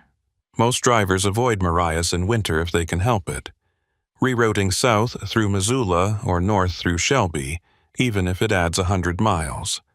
But I knew the pass, respected it, and figured I could handle whatever it threw at me. The Ways station sat at the eastern approach to the pass, about 10 miles past the park boundary. It's a mandatory stop for all commercial vehicles. Montana DOT doesn't mess around with weight enforcement, especially on mountain routes where overloaded trucks can turn into runaway disasters. I pulled off onto the scale platform, watching the digital readout flash as the system calculated my weight. The booth was small, just a concrete block building with narrow windows and a speaker mounted on a pole. I'd been through this station maybe 30 times over the years, always the same routine. Pull onto the scale, wait for the green light, proceed if everything checks out, or pull into the inspection bay if they want a closer look. The speaker crackled. Shut down your engine and step inside. That was unusual. Normally they just gave you a green light or waved you into the bay for a quick visual inspection. Having to go inside meant paperwork, questions, maybe a full inspection if they suspected something was off. I killed the engine, grabbed my logs and manifest and walked across the frozen lot to the booth. The guy behind the counter was someone I'd never seen before. Mid-50s, broad shoulders, wearing a Montana DOT uniform with a name tag that read Q. Drummond, Weighmaster. He had that look of a lifer, someone who'd spent decades in the same job, watching the same trucks roll through, enforcing the same regulations over and over until it all blurred into routine. But his expression wasn't routine. It was tight, focused, like he was working through a problem he didn't particularly want to solve. "License and manifest," he said without preamble. I handed them over. He scanned my CDL, typed something into his computer, then studied the manifest for a long time. Too long. I watched him flip through the pages, checking the weight distribution, the load description, the route authorization. Everything was in order. I knew it was because I'd triple-checked it myself before leaving Cut Bank. But something about the way he was looking at the paperwork made my stomach tighten. "This manifest says you're hauling 78,000 pounds, he said, finally. "That's right." "Scale says 73.5. I blinked. "That's not possible. I watched them load it. Saw the certified weight slip from the shipper." "You got that slip with you?" I did. I pulled it from my folder and handed it over. He compared it to his screen, his jaw working like he was chewing on something unpleasant. "Shipper's scale in Cut Bank shows 78,000, he said. "My scale shows 73.5. That's a 4,500-pound discrepancy. Maybe your scale's off." His eyes flicked up to meet mine, and the look in them wasn't friendly. "My scale gets calibrated every month. Last certification was 2 weeks ago. It's not off." "Then I don't know what to tell you. I loaded in Cut Bank, drove straight here, didn't stop except for fuel in Browning. Nothing came off that trailer." Drummond set the manifest down and leaned back in his chair. "You mind if I take a look at your load?" It wasn't really a question. I nodded, and he grabbed a jacket and a flashlight from a hook near the door. We walked back out into the cold, and I followed him around to the rear of the trailer. The seals were intact. I checked them in Browning when I fueled up, but Drummond examined them anyway, running his gloved fingers over the metal clips, checking the serial numbers against the manifest. "Seals match," he said, almost to himself. Then he walked along the driver's side of the trailer, tapping the panels with his flashlight like he was listening for hollow spots. When he reached the front section, near the gap between the cab and the trailer, he stopped and crouched down. I watched as he shone his light into the undercarriage, moving the beam slowly across the suspension, the landing gear, the support beams. "You haul refrigerated loads?" he asked. "Sometimes. Why?" "You've got a reefer bracket on this trailer." "Yeah, it's a combo unit. Can run dry or refrigerated depending on the load." He stood up, brushing snow off his knees. "Reefer unit adds weight, usually around 1,800 pounds. That's factored into your tear weight, right?" "Should be. The trailer was weighed empty last month. That's the baseline they use for calculating load weight." Drummond nodded slowly, like he was turning something over in his mind. Then he walked back to the rear of the trailer and studied the doors. "I need you to break the seal and open it up." I didn't argue. I pulled the bolt cutters from the toolbox mounted behind the cab, cut the seal, and swung the doors open. The load looked exactly the way it had when I'd left Cut Bank. Steel casings strapped tight, pipe sections bundled and secured, hydraulic rig components nested on pallets with heavy-duty webbing holding everything in place. Nothing had shifted. Nothing was missing. Everything was exactly where it was supposed to be. Drummond climbed up into the trailer and started inspecting the load, checking the straps, tapping the pallets, measuring the spacing between sections. He spent a good 10 minutes doing this, methodical and thorough, and I stood there freezing my ass off, wondering what the hell he was looking for. Finally, he climbed back down and closed the doors. "Load looks secure," he said, "but you're still 4,500 pounds light." "So, what does that mean?"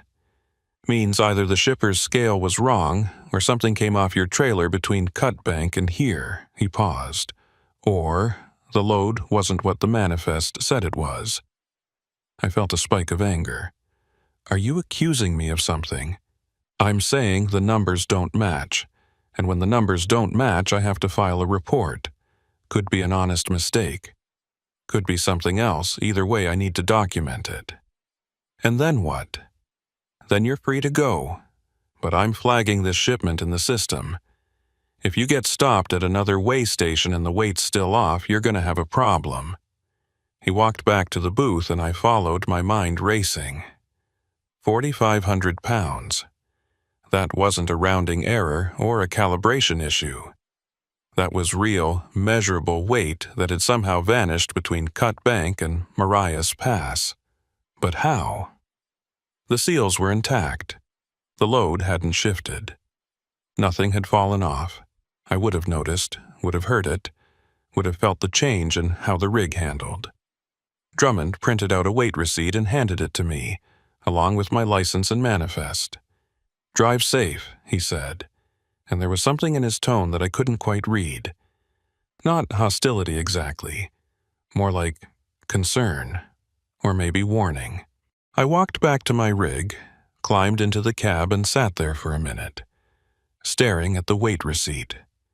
73,500 pounds. The number stared back at me, accusing, impossible.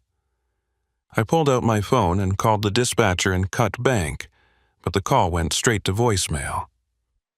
I tried the shipping coordinator at the drill site in Columbia Falls, but got the same result. It was mid-afternoon on a Tuesday. Someone should have been answering, but all I got was silence and automated messages.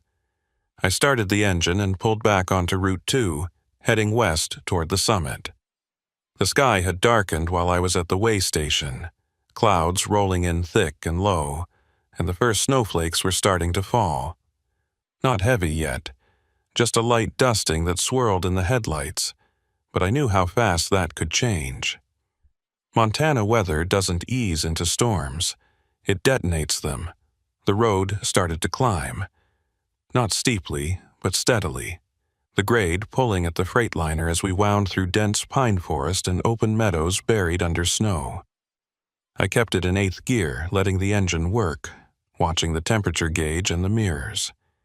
Everything felt normal. The rig handled the same way it always did.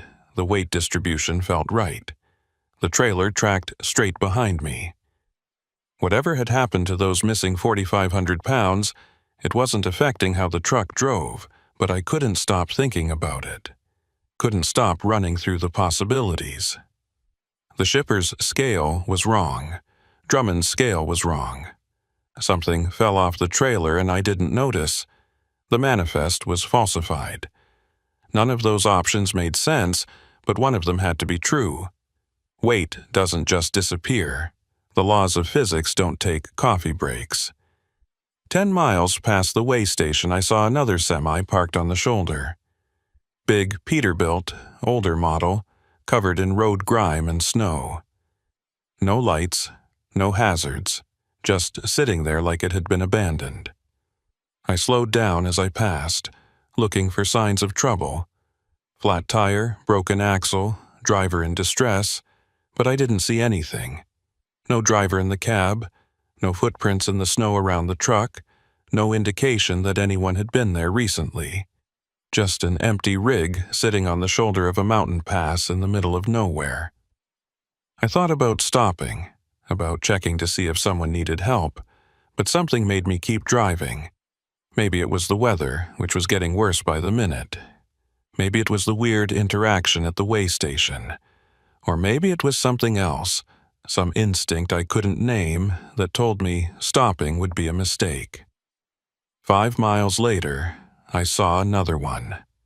Different make, different color, but the same setup. Parked on the shoulder, no lights, no driver, no signs of distress or activity. This one had snow piled up around the tires like it had been sitting there for days, and when I passed I could see frost on the inside of the windshield. Abandoned, forgotten. 2 abandoned trucks in 5 miles. On a major highway, in winter. That wasn't normal. That wasn't normal at all. I tried calling dispatch again, still voicemail. Tried calling Drummond at the way station, but the number I'd written down didn't go through. Just a robotic voice saying the number was out of service. I pulled up the Montana DOT website on my phone, trying to find an alternate contact. But the signal was weak and the page wouldn't load. The snow was getting heavier. What had started as a light dusting was now a steady fall, big flakes that stuck to the windshield and piled up on the mirrors. Visibility dropped from a quarter mile to 100 yards to 50.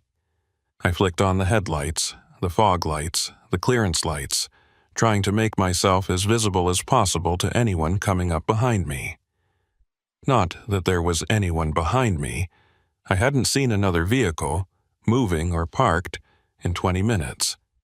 The road curved through a narrow cut between 2 rock faces, and as I came around the bend, I saw something that made my blood run cold. A snowplow sitting crossways across both lanes, blocking the road completely. The blade was down, cutting a furrow in the snow, and the cab was running. I could see exhaust pouring from the stack, but it wasn't moving. Just sitting there, engine idling, lights off, blocking the pass. I hit the brakes and the Freightliner slowed to a crawl. I stopped about 50 feet from the plow, put the rig in neutral, and engaged the parking brake. Then I grabbed my flashlight and climbed out. The wind hit me like a fist. Not just cold, but vicious, sharp enough to cut through my jacket and steal my breath. I pulled my collar up and walked towards the plow, boots crunching through snow that was already shin-deep. As I got closer, I could see someone in the cab, a figure silhouetted against the faint glow of the dashboard. They weren't moving. I knocked on the door, no response. I tried the handle, and it opened easily, and when the dome light came on, I saw him. An older man, maybe 65, wearing a highway department uniform and a heavy parka. His eyes were closed, his head tilted back against the headrest, and for a moment I thought he was dead. But then I saw his chest rise and fall, slow and steady. He was breathing. He was asleep. I shook his shoulder. Hey, wake up. His eyes snapped open and he jerked upright, confused, disoriented. He looked at me like he had no idea who I was or why I was standing in his plow truck. "You okay?" I asked. He blinked, rubbed his face with both hands. Yeah, I'm... What time is it?" "Little after 4. You've got your plow blocking the road." He looked out the windshield, seemed to realize where he was, and swore under his breath. "Sorry, must have dozed off." He reached for the controls and started raising the blade, but his movements were slow, sluggish, like he was fighting through a fog. "You sure you're okay?" I asked again. "You need me to call someone?" "No, I'm fine, just tired. Been running this route since 5 this morning, haven't had a break." He finally got the blade up and shifted the plow into reverse, clearing the road. "You heading west?" "Yeah, Columbia Falls." He looked at me and something in his expression shifted. "You came through the way station?" "About 30 minutes ago." "Drummond working today?" "Yeah, why?" The plow driver, his name tag said Ovale Foreman, didn't answer right away. He just stared through the windshield at the falling snow, his jaw tight. Then he looked back at me. "You have any trouble there?" "Depends what you mean by trouble. He said my weight was off, 4,500 pounds light." Vale nodded slowly, like that confirmed something he'd been thinking. "You see any other trucks between here and the station?" 2, both parked on the shoulder. Looked abandoned. They were. He killed the plow's engine and climbed out, standing there in the snow with me, his face grim. Those trucks had been sitting there for 3 days. Highway patrol's been trying to figure out what happened to the drivers, but so far nothing. No distress calls, no accident reports, just gone. My stomach dropped. "Gone? What do you mean, gone?" "I mean, they pulled off the road and never pulled back on. Trucks are intact, no signs of struggle, no blood, no bodies, just empty rigs sitting on the shoulder like someone parked them and walked away into the woods." I looked back toward my Freightliner, barely visible through the snow, and felt a chill that had nothing to do with the temperature. "And Drummond? The Waymaster? What's his deal?"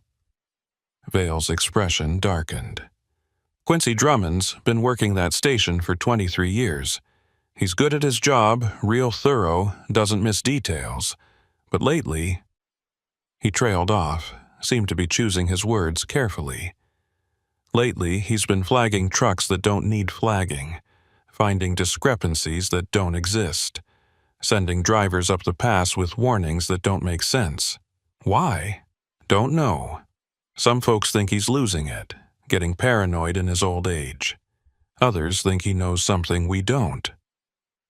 Vale looked up at the darkening sky, at the snow coming down harder now.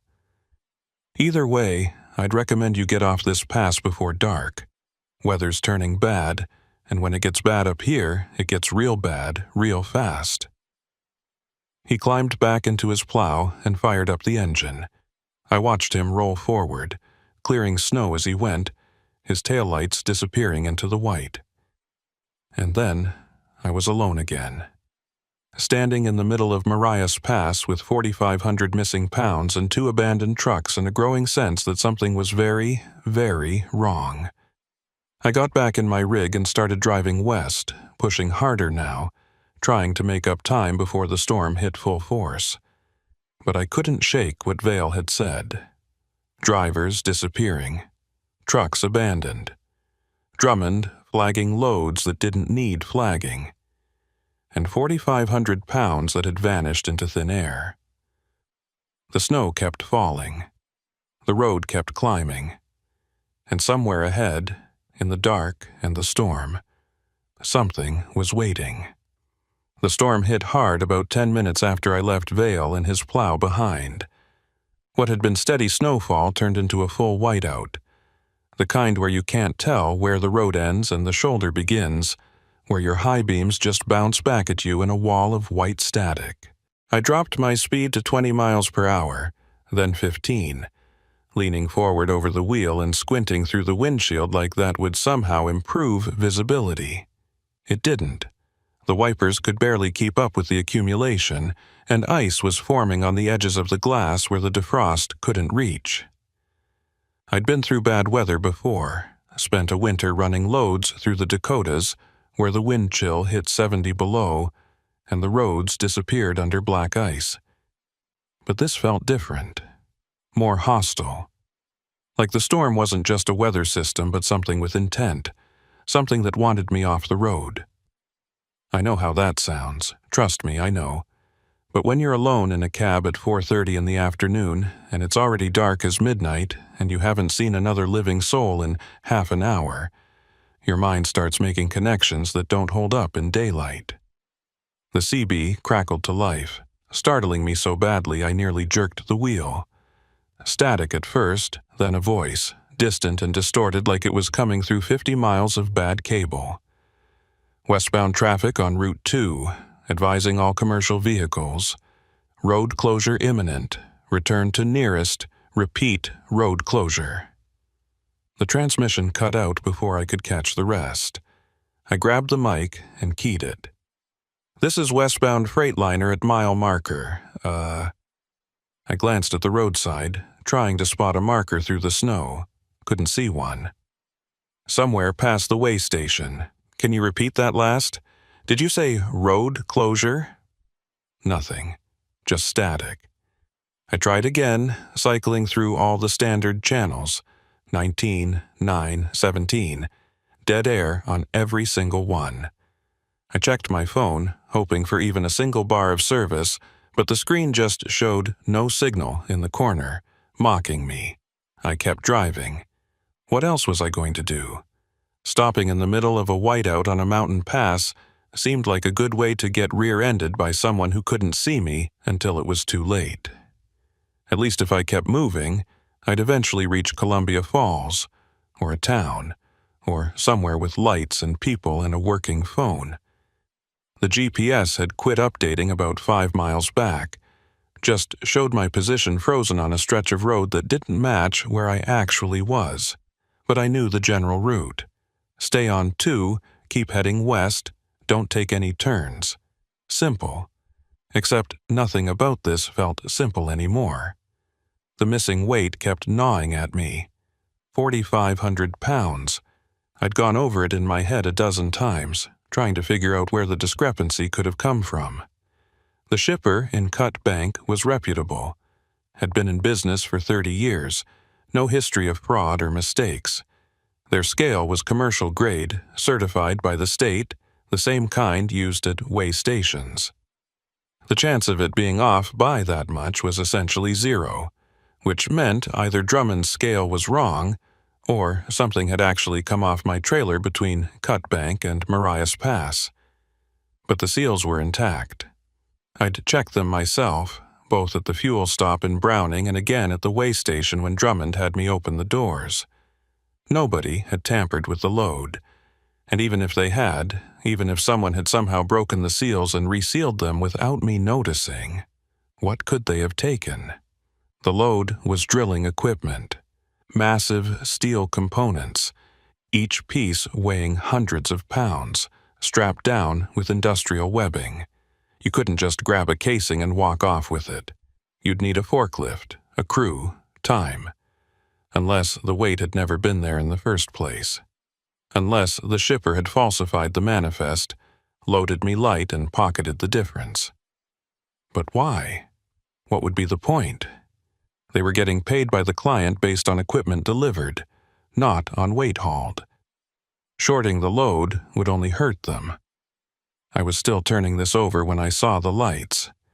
Faint at first, just a dim glow through the snow, but as I got closer they resolved into the unmistakable shape of a truck stopped on the shoulder.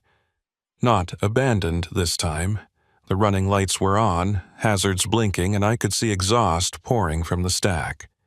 Someone was in there, engine running, waiting out the storm. I slowed down and pulled up alongside, rolling down my window despite the cold and the snow that immediately blasted into the cab. The other truck was a Kenworth, newer model, and the driver had his window down too. He was younger than me, maybe 30, with a thick beard and a wool cap pulled low over his ears. "You okay?" I shouted over the wind. "Yeah," he yelled back. "Just pulled over to wait it out. Can't see shit." "How long you been sitting here?" "Maybe 20 minutes. You heading west?" "Columbia Falls. You?" "Same. But I'm not going anywhere in this. Road's a death trap." I nodded, understanding the logic but not agreeing with it. Sitting still on the shoulder in a whiteout was just as dangerous as driving through it, maybe more so. At least, if you were moving, you had some control, some agency. Sitting still, you were just a stationary target waiting for someone to plow into you. "You hear anything on the CB about a road closure?" I asked. The driver frowned. "No, when?" "Few minutes ago. Transmission cut out. Couldn't get the full message. Haven't heard anything. Been monitoring Channel 19 since I pulled over. Nothing but static." That was strange. CB signals can be spotty in the mountains, sure, but we were close enough that if he was monitoring and I was transmitting, he should have heard something. Unless the transmission I'd picked up hadn't been local. Unless it had been bouncing off the atmosphere from somewhere hundreds of miles away. A random fragment that had nothing to do with Marias Pass or Montana, or anything relevant to my situation. "You come through the way station?" I asked. "About an hour ago. Why? They give you any trouble?"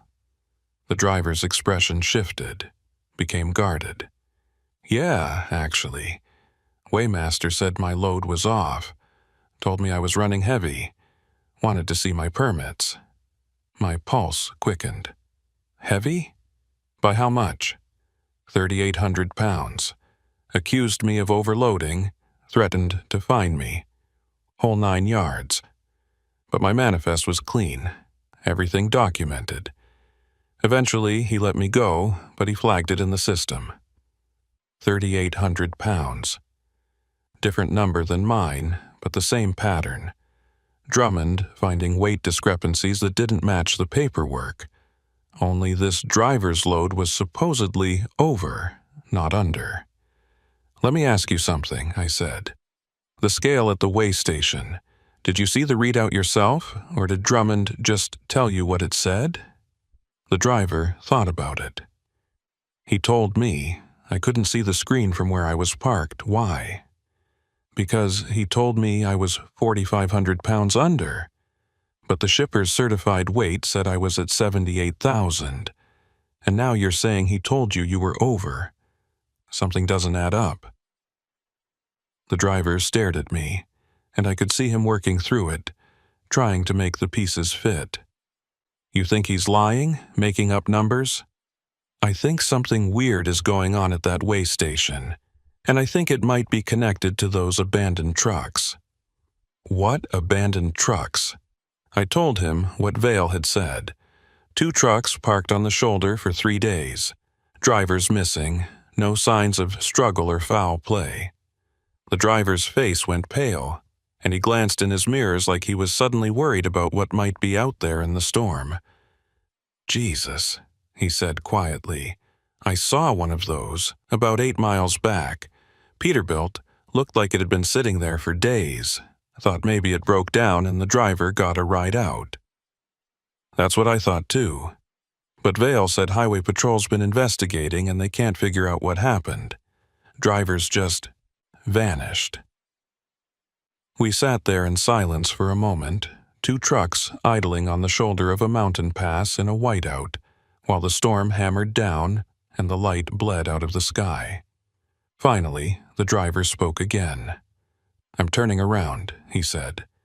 "Going back to Browning. Waiting this out at a truck stop. You should do the same." "Can't. I've got a delivery deadline. Clients expecting this equipment tomorrow morning. Screw the deadline, this doesn't feel right. He was probably correct. Every instinct I had was screaming at me to turn around, to get off this pass and back to civilization. But I'd been driving trucks for 16 years and I'd never missed a delivery, never failed to complete a run, and I wasn't about to start now. Maybe that was pride talking. Maybe it was stubbornness. Or maybe it was something else, something I didn't want to examine too closely. The need to prove that I wasn't scared, that I could handle whatever Mariah's pass threw at me. "I'm pushing through," I said. "But you do what you need to do." The driver nodded, rolled up his window, and started maneuvering the Kenworth into a turn. It was a tight operation. The shoulder wasn't wide, and he had to back and fill several times to get the trailer pointed east. But he managed it. I watched his taillights disappear into the snow, heading back the way we'd both come, and then I was alone again. I got back on the road and kept heading west. The snow showed no signs of letting up, and visibility was still almost zero, but I'd committed now. I'd made my choice. All I could do was see it through. Mile marker 193 appeared out of the white, barely visible, and I used it to update my mental map. That put me roughly 15 miles from the summit and maybe 30 from Columbia Falls. An hour of driving in good conditions, but in this storm it could take 3 or 4. I settled in for the long haul, focusing on the white line at the edge of the road, using it as a guide to keep me from drifting into the oncoming lane or off the shoulder. The CB crackled again. Same static, same distorted voice. "Westbound commercial traffic. Immediate turnaround advised. Hazardous conditions. Avalanche risk critical." I grabbed the mic. "This is westbound Freightliner. Can you identify your location? Are you with Highway Patrol?" No response. The channel went dead again, and I sat there with the mic in my hand, staring at the radio like it might suddenly start making sense. Avalanche risk. That was new. Maria's Pass did have avalanche zones. I'd seen the warning signs on previous runs, but they were all clearly marked, and the highway department usually closed those sections at the first sign of instability. If there was a real avalanche risk, Vale would have mentioned it. The fact that he hadn't made me wonder if the transmission was even real, or if I was picking up some phantom signal from a different pass, a different storm, a different emergency entirely. I kept driving. What else could I do? Around mile marker 197, I saw something in the road ahead. At first, I thought it was debris, a fallen branch, maybe, or a chunk of ice that had broken off from the rock face above. But as I got closer and my headlights hit it, I realized it was a person. Standing in the middle of the westbound lane, facing my direction, not moving. I hit the brakes, but gently, remembering the ice and the weight and the fact that panic braking in these conditions was a great way to jackknife. The Freightliner slowed, tires crunching through snow, and I brought it to a stop about 30 feet from the figure. They didn't move, just stood there, arms at their sides, head tilted slightly like they were listening to something I couldn't hear. They were wearing what looked like a heavy coat and jeans, no hat, no gloves, and even from this distance I could see they were covered in snow. Not just dusted, covered, like they'd been standing there long enough for inches to accumulate. I put the rig in park, engaged the brake, and grabbed my flashlight. Every fiber of my being was screaming not to get out, to just drive around them and keep going, but I couldn't do that. If someone was in distress, if they needed help, I had to at least check. That's the code out here, you don't leave people behind. I climbed out into the storm and immediately regretted it. The wind was brutal, strong enough to stagger me, and the snow was coming down so thick I could barely see the figure even though I was walking straight toward them. I raised the flashlight, and the beam caught their face. It was a woman, older, maybe 50, with gray hair plastered to her skull and ice forming in her eyebrows. Her skin was pale, almost blue, and her eyes were open but unfocused, staring past me at something in the distance. She wasn't blinking, wasn't shivering, wasn't showing any signs of life except for the fact that she was standing upright. "Ma'am," I called out, raising my voice over the wind. "Are you okay? Do you need help?" No response. I got closer, close enough to touch her, and that's when I saw it. Her lips were moving, not speaking exactly, but forming words, over and over, the same pattern repeating silently. I leaned in, trying to hear, trying to read her lips.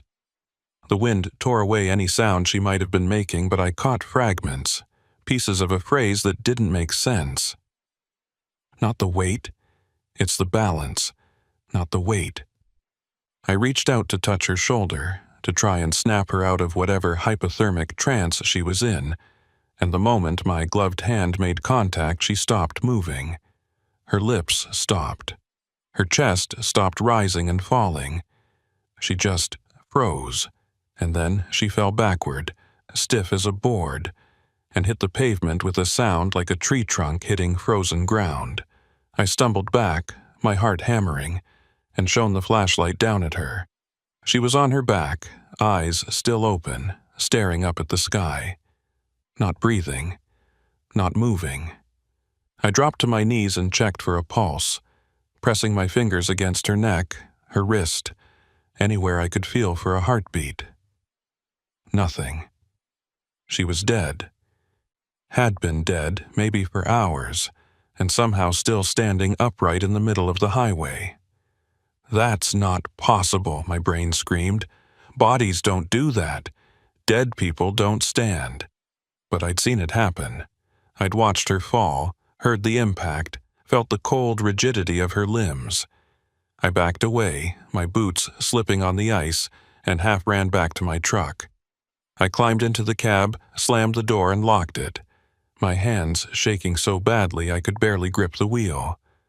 My breath was coming in short, ragged gasps, and my mind was racing, trying to process what I'd just seen, trying to fit it into a framework that made any kind of logical sense. Hypothermia. That had to be it. She'd been caught in the storm, succumbed to exposure, and the cold had frozen her body in whatever position she'd been in when she died. Standing upright. And when I touched her, when I disturbed the equilibrium, she'd fallen. Simple physics. Nothing supernatural, nothing impossible. Except bodies don't freeze that fast. Rigor mortis takes hours to set in, and even in extreme cold, the process isn't instantaneous. She'd been dead for a while, long enough for her core temperature to drop to ambient, for ice to form in her tissues. But she'd been standing, moving her lips, looking almost alive right up until the moment I touched her. I grabbed my phone, hoping against hope that I'd miraculously picked up a signal, but the screen still showed nothing. No bars, no service, no way to call for help or report what I'd found. I thought about getting back out, about trying to move her body off the road so another driver wouldn't hit her, but I couldn't make myself open the door. Whatever rational explanation I'd tried to construct was crumbling, and underneath it was something primitive, something that didn't care about logic or physics, something that just wanted to get the hell away from this place. I put the Freightliner in drive and steered around her body, giving it a wide berth. As I passed, I glanced in the mirror and saw her lying there in the middle of the road, already being covered by fresh snow. In another hour, she'd be invisible. Just another buried obstacle on a mountain pass that was quickly becoming impassable. The road started to climb more steeply. I was approaching the summit now, and the grade was pulling hard on the Freightliner, forcing me to downshift to keep momentum. The storm was worse up here, if that was even possible. The wind hitting the rig in gusts strong enough to shove me sideways across the lane. I could feel the trailer swaying behind me, the weight shifting. And for the first time since leaving Cutbank, I started to worry that I might not make it through. That's when the headlights appeared in my mirror, high and bright, coming up fast from behind, too fast for the conditions. Another truck, running without caution, closing the distance between us at a rate that made my stomach drop. I eased off the throttle, giving them room to pass, but they didn't pass. They just stayed there, maybe 20 feet off my bumper, matching my speed exactly. I tapped the brakes, flashing my lights to signal them to back off. They didn't. If anything, they got closer. 15 feet now, 10. Close enough that I could see the grille in my mirror, a massive chrome face like something out of a nightmare, reflecting my taillights back at me. I keyed the CB. Vehicle behind me. You're following too close. Back it off. Static. No response. The truck behind me accelerated, pulling up alongside my trailer on the left. I glanced over, trying to see the cab, trying to identify the driver, but the angle was wrong and the snow was too thick. All I could see was the side of the trailer, a white box with no markings, no company logo, no dot numbers. Just blank white panels reflecting the storm. They stayed there for maybe 10 seconds, running parallel to me in the oncoming lane, and then they pulled ahead. I watched them pass, watched the blank white trailer slide by my windshield, and then I saw the cab. It was old, some kind of vintage Peterbilt or Kenworth. The exact model I couldn't tell, but it had that squared-off look of trucks from the 70s or 80s. And the driver, I couldn't see the driver. The cab was dark, no dome light, no dashboard illumination, just a black silhouette behind the wheel. But I could tell they were looking at me. Could feel their eyes on me through the glass, studying me, measuring me. And then they accelerated hard, pulling away into the storm, and within seconds their taillights had vanished into the white. I sat there, gripping the wheel, trying to steady my breathing. 2 abandoned trucks, a dead woman standing in the road, an unmarked rig running dark through a whiteout, and somewhere ahead, a weigh station where Quincy Drummond was flagging trucks for weight discrepancies that didn't exist. Not the weight, the woman had said. It's the balance. What the hell did that mean? I reached the summit around 6 o'clock, marked by a small pullout with a snow-covered sign that read, Continental Divide, elevation 5,000 to 16 feet. Under normal circumstances, I might have stopped, taken a picture, enjoyed the view. But there was no view tonight, just white and dark and wind, and I sure as hell wasn't stopping for anything that wasn't an emergency. The descent on the western side was gentler than the climb, but no less treacherous. The road curved through dense forest and the trees blocked some of the wind but made the visibility even worse. I kept it in low gear, letting the engine brake do most of the work, tapping the pedal only when I needed to shave off a few extra miles per hour. My hands ached from gripping the wheel, and my neck was stiff from leaning forward, straining to see through the windshield. Around mile marker 187, I saw lights ahead. Not headlights, stationary lights, yellow and warm, cutting through the snow. A building. Civilization. I felt a wave of relief so strong it almost made me dizzy. As I got closer, I realized it was a truck stop. Small one, maybe 4 or 5 pumps. A squat building that looked like it served as both a convenience store and a diner. 3 other semis were parked in the lot, covered in snow but clearly occupied. I could see light in the cabs, exhaust from the stacks. I pulled in, found a spot near the edge of the lot, and killed the engine. For a long moment I just sat there, letting the silence wash over me. No wind, no road noise, just the tick of the cooling engine and my own breathing. I was exhausted, wrung out, every muscle in my body tight with tension. But I'd made it. I was off the pass, I was safe, and I could wait out the storm here before pushing the last 20 miles to Columbia Falls. I grabbed my jacket and walked across the lot to the building. The door chimed as I pushed through, and warm air hit me like a gift. Inside was exactly what I'd expected. Rows of snacks and drinks, a coffee station in the corner, a few tables near the windows where drivers could sit and eat. Behind the counter was a clerk, a middle-aged woman with tired eyes and a name tag that said Paulette. "Rough night," she said. Not quite a question. You could say that. I walked to the coffee station and poured myself a cup. Black, hot enough to burn. "You been here long?" "Since 2. Supposed to get off at 10, but I doubt my relief is going to make it through that mess."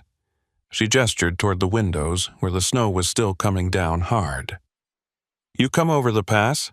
"Yeah, just barely." "Lucky. Highway Patrol closed it about 20 minutes ago. Eastbound and westbound. Nobody's getting through until the plows clear it." I felt a chill that had nothing to do with the temperature. "Closed? Why?" "Avalanche warning, and a couple of accidents. They're saying it might be closed through tomorrow." She paused.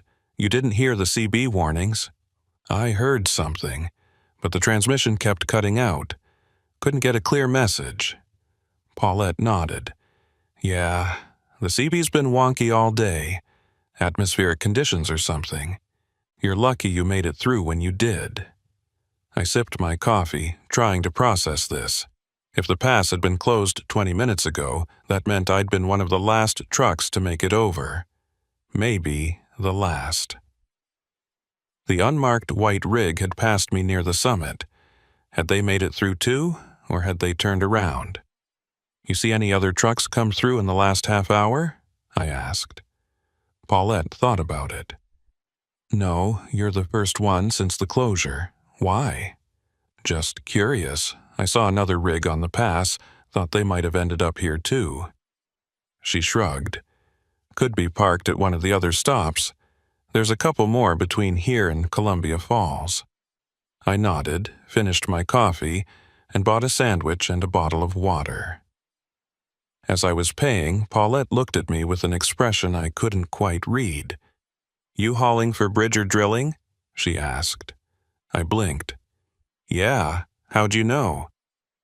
"Saw your trailer when you pulled in. They've been running a lot of equipment through here lately. Big project up near Columbia Falls, I guess." "You know anything about their loads? Ever hear about weight issues?" Her expression shifted, became guarded. "What kind of weight issues?" "Discrepancies. Trucks coming through the weigh station with manifests that don't match what the scale says."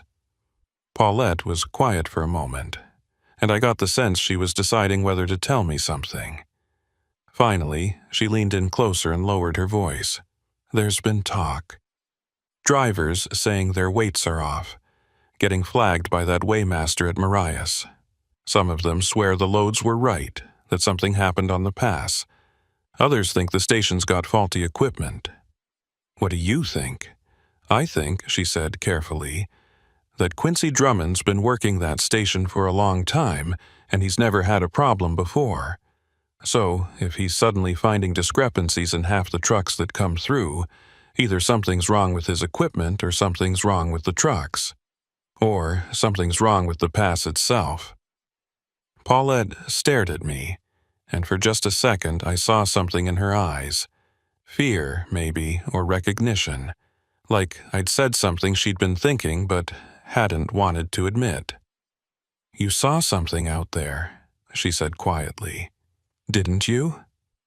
I hesitated, not sure how much to say, but the need to tell someone, to share the weight of what I'd experienced, was overwhelming.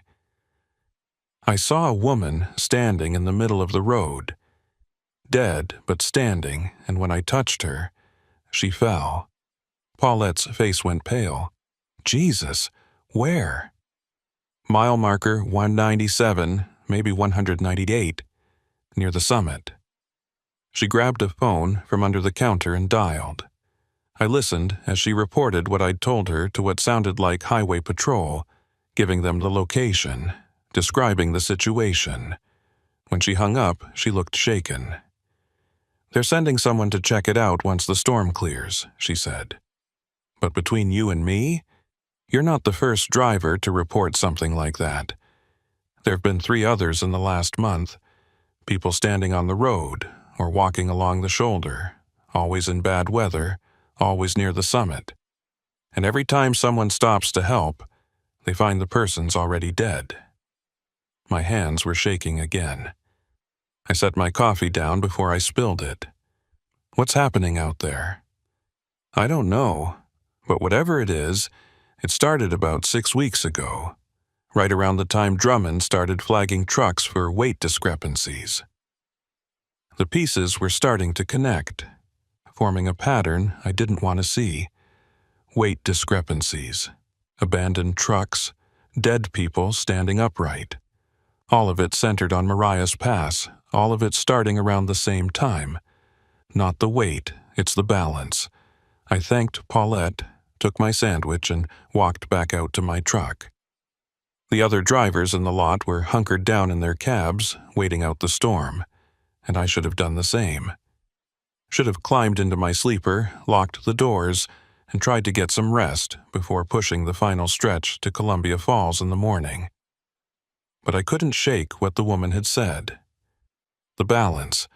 What balance? Load balance? Weight distribution? Something else entirely? I climbed into the cab and pulled out my manifest, studying it under the dome light. Everything looked normal. Load description, weight breakdown, axle distribution. But then I noticed something I'd missed before. At the bottom of the page, in small print, almost too faint to read, "Special handling required. See attached documentation." I flipped through the pages, looking for the attachment. There wasn't one, just the manifest, the bill of lading, and the shipper's weight certificate. No special documentation, no handling instructions. Nothing. I grabbed my phone and tried calling the shipping coordinator again, hoping that maybe, just maybe, I'd picked up enough signal at the truck stop to get through. The call connected, rang twice, and someone answered. "This is Burl Tatham," I said, relief flooding through me at finally getting to say my own name out loud, at finally connecting with someone who might have answers. "I'm hauling load BDG 4721 to Columbia Falls, and I've got a question about Mr. Tatham." The voice on the other end was cold, clipped. "Where are you right now?" "Truck stop on Route 2, about 20 miles east of Columbia Falls. I came through Mariah's Pass and you need to turn around immediately." I blinked. "What?" "Turn around and return the load to Cut Bank. Do not, under any circumstances, continue west." "I don't understand. The delivery's scheduled for tomorrow morning. The client's expecting. The delivery has been canceled. Return the load to origin. You'll be compensated for your time, but you need to turn around now." "I can't turn around. Highway Patrol closed the pass. I'm stuck here until—" The line went dead. I pulled the phone away from my ear and stared at it, my heart pounding. The call had disconnected, and when I tried to dial back, I got nothing. No signal. Like whatever brief window I'd had to make contact had slammed shut. I sat there in the dark cab, the manifest in my lap, my mind racing. The delivery was canceled, but nobody had told me until just now, and even then, only because I'd managed to get a call through. If I hadn't called, if I'd just kept driving to Columbia Falls, what would have happened? Would the client have turned me away? Would someone have been there to receive the load? Or would I have shown up at an empty lot with 73,000 pounds of drilling equipment and no one to deliver it to?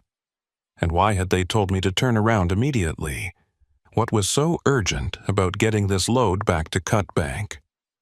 I thought about the weight discrepancy. 4,500 pounds missing according to Drummond's scale. But the shipper's scale in Cut Bank said the load was complete, which meant either something had come off the trailer, which was impossible given the intact seals, or it had never been loaded in the first place.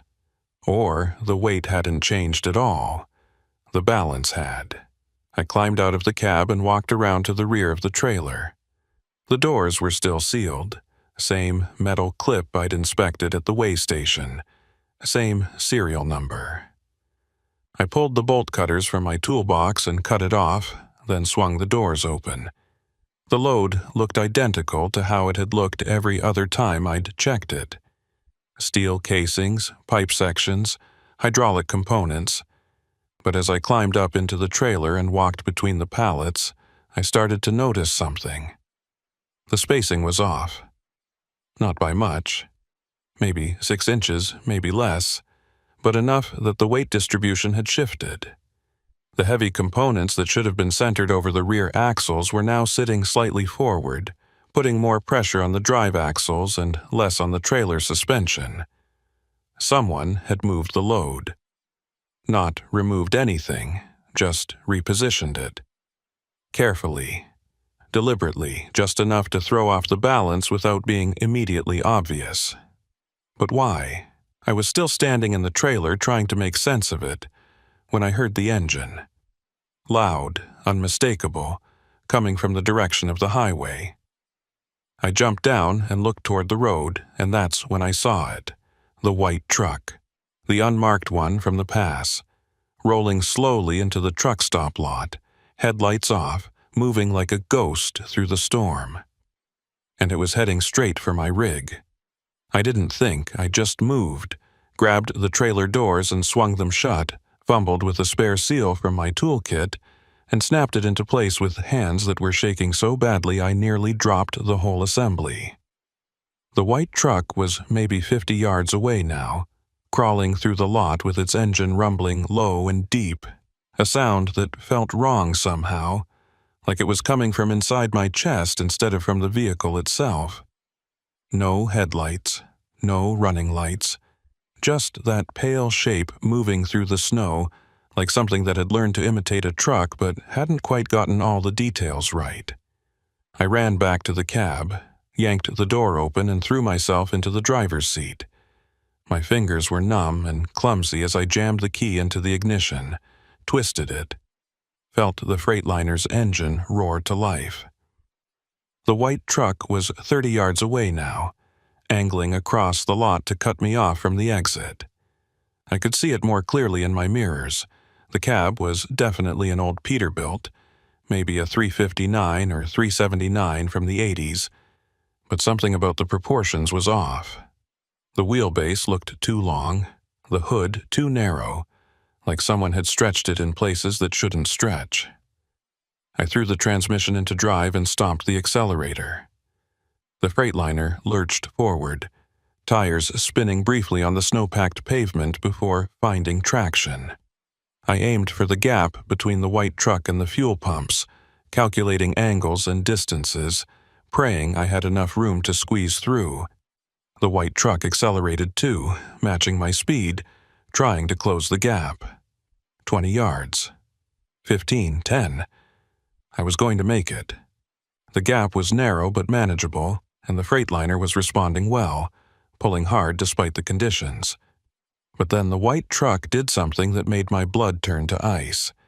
It shifted laterally, sliding sideways across the pavement without turning its wheels, like it was being pulled by invisible cables.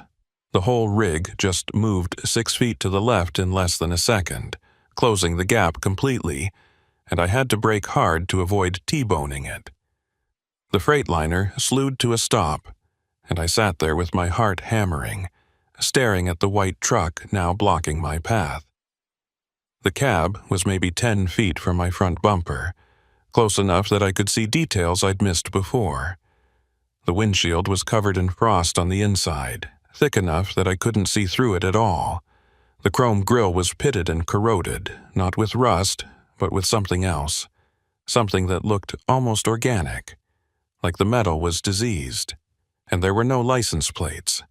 Not missing plates, no mounting brackets at all, like the truck had never been designed to have them.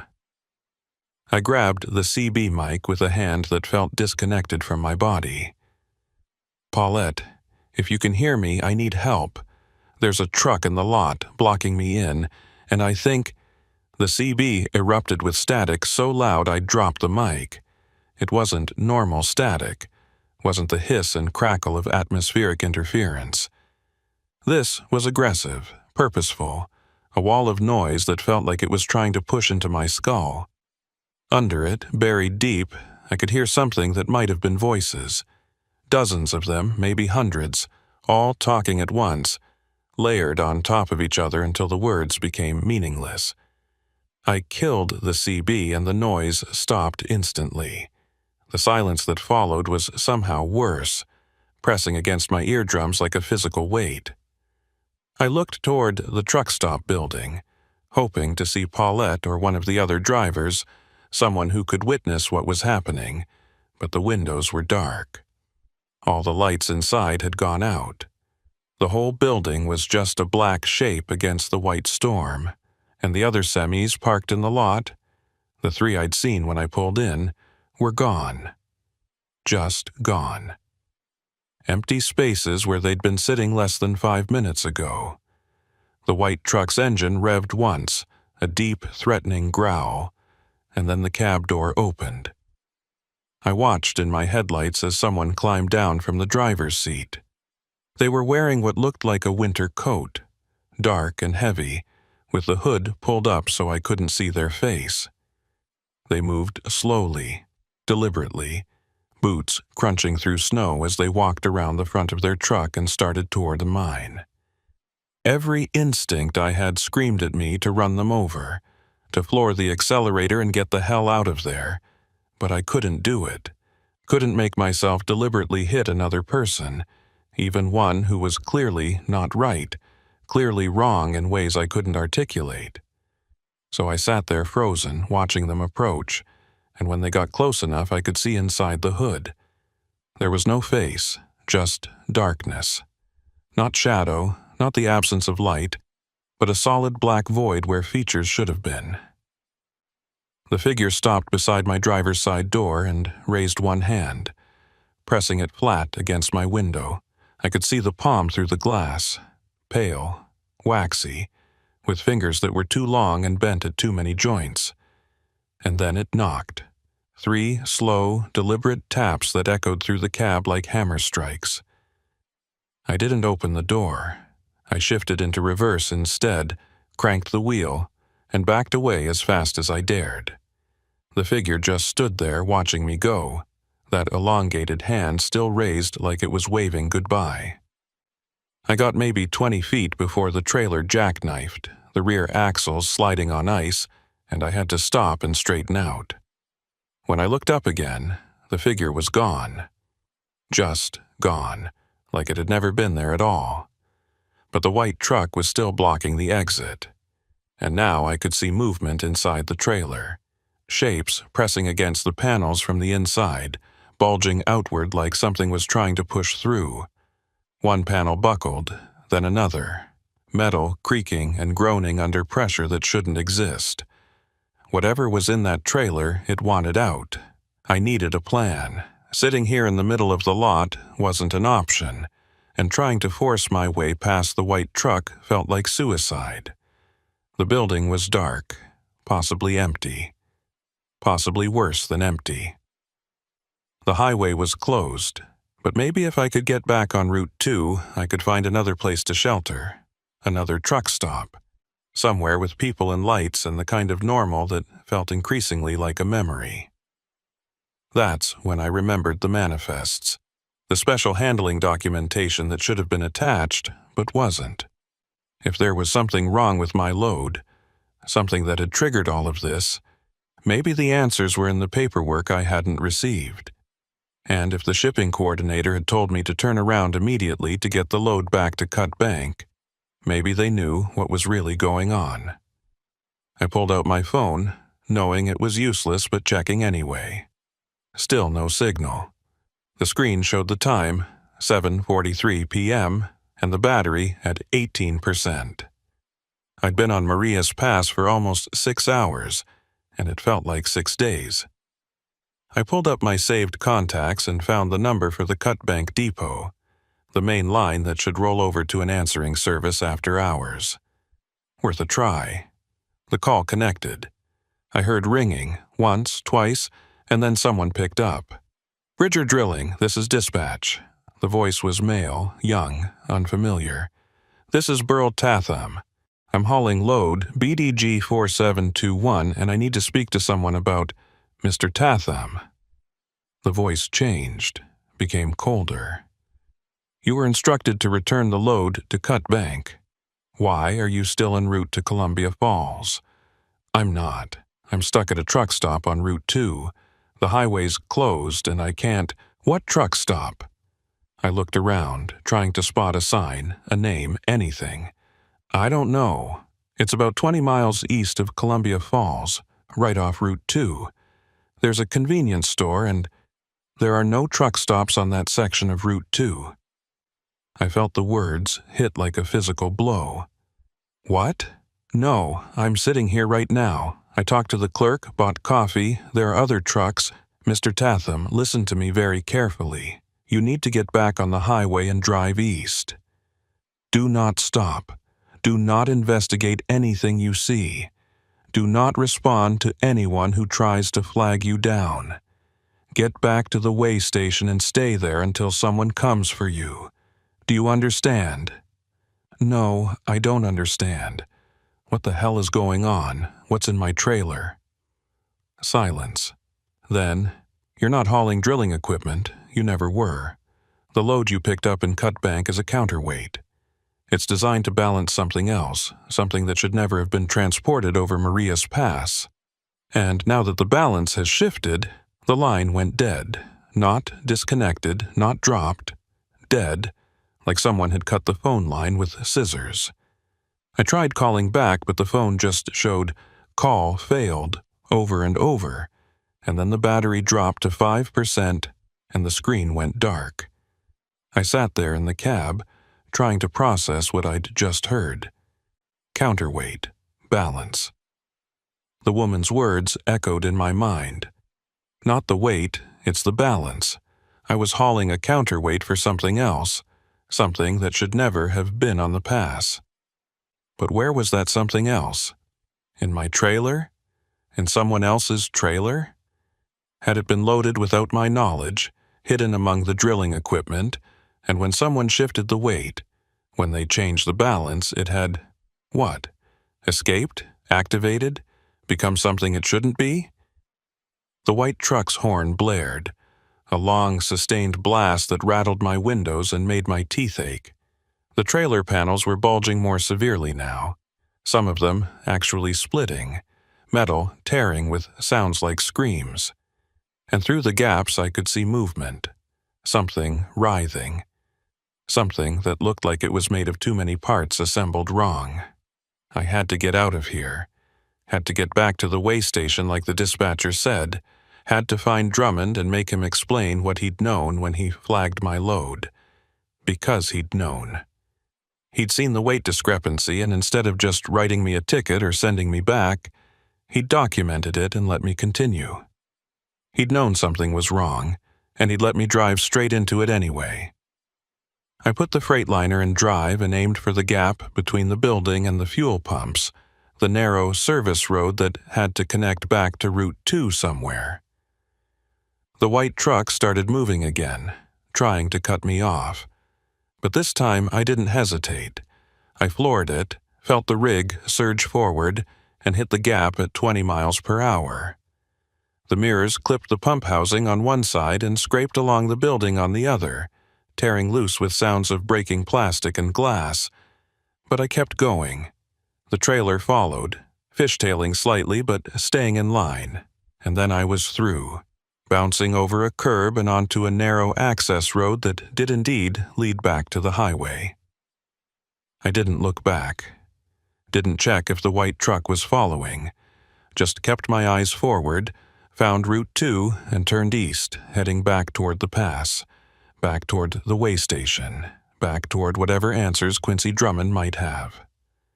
The storm had intensified impossibly. Snow was coming down so thick I could barely see the hood of my own truck, and the wind was hitting in gusts that shoved the Freightliner around like a toy. I dropped to 15 miles per hour, then 10, crawling through the whiteout with my hazard lights flashing and my heart in my throat. The road markers were completely buried, and the white lines had vanished under 6 inches of accumulation. I was navigating purely by feel, staying in what I hoped was the center of the lane and praying I didn't drift into a ditch or off a cliff. Around mile marker 191, or what I thought was 191, based on dead reckoning and desperation, I saw lights ahead, red and blue, flashing, cutting through the snow like beacons, emergency vehicles. I felt a surge of relief so powerful it made me dizzy. Highway patrol. Someone official. Someone who could help. Someone who could explain what was happening and make it stop. I pulled closer and realized it was a roadblock. 2 patrol vehicles parked nose to nose across both lanes, completely blocking the highway. Behind them, I could see the bulk of a large truck, one of those portable command centers the police use for major incidents. Figures in heavy coats and reflective vests were moving around, setting up flares, positioning traffic cones. I rolled to a stop about 30 feet back and waited. A trooper approached, flashlight in hand, and I rolled down my window. The wind nearly tore it from my grip, and snow blasted into the cab with a fury that felt personal. "Road's closed," the trooper shouted over the wind. "You need to turn around." "I can't," I shouted back. "I need to get to the way station. The dispatcher told me to—" "The way station's 40 miles behind you, and the road between here and there is impassable. We've got multiple vehicles stranded, possible avalanche activity, and 0 visibility. You need to turn around now and find shelter." "Where? Every place I've tried is—" I stopped myself. How did I explain that the truck stop had disappeared, that the lights had gone out and the other drivers had vanished? "I need to speak to Quincy Drummond, the weighmaster. It's urgent." The trooper's expression changed, became guarded. "Why?" "Because something's wrong with my load. He flagged it this afternoon, said the weight was off, and now—" I gestured helplessly at the trailer. "I need to talk to him." The trooper studied me for a long moment, and I could see him making calculations, weighing options. Finally, he said, "Wait here," and walked back to the command center. I watched him conferring with other officers, saw them glancing in my direction, saw one of them pull out a radio and make a call. This went on for maybe 3 minutes, and then the trooper came back. "Sergeant's going to talk to you," he said. "Pull over to the shoulder and wait." I did as instructed, maneuvering the Freightliner onto what I hoped was the shoulder, trying not to think about how close the edge was or what lay beyond it.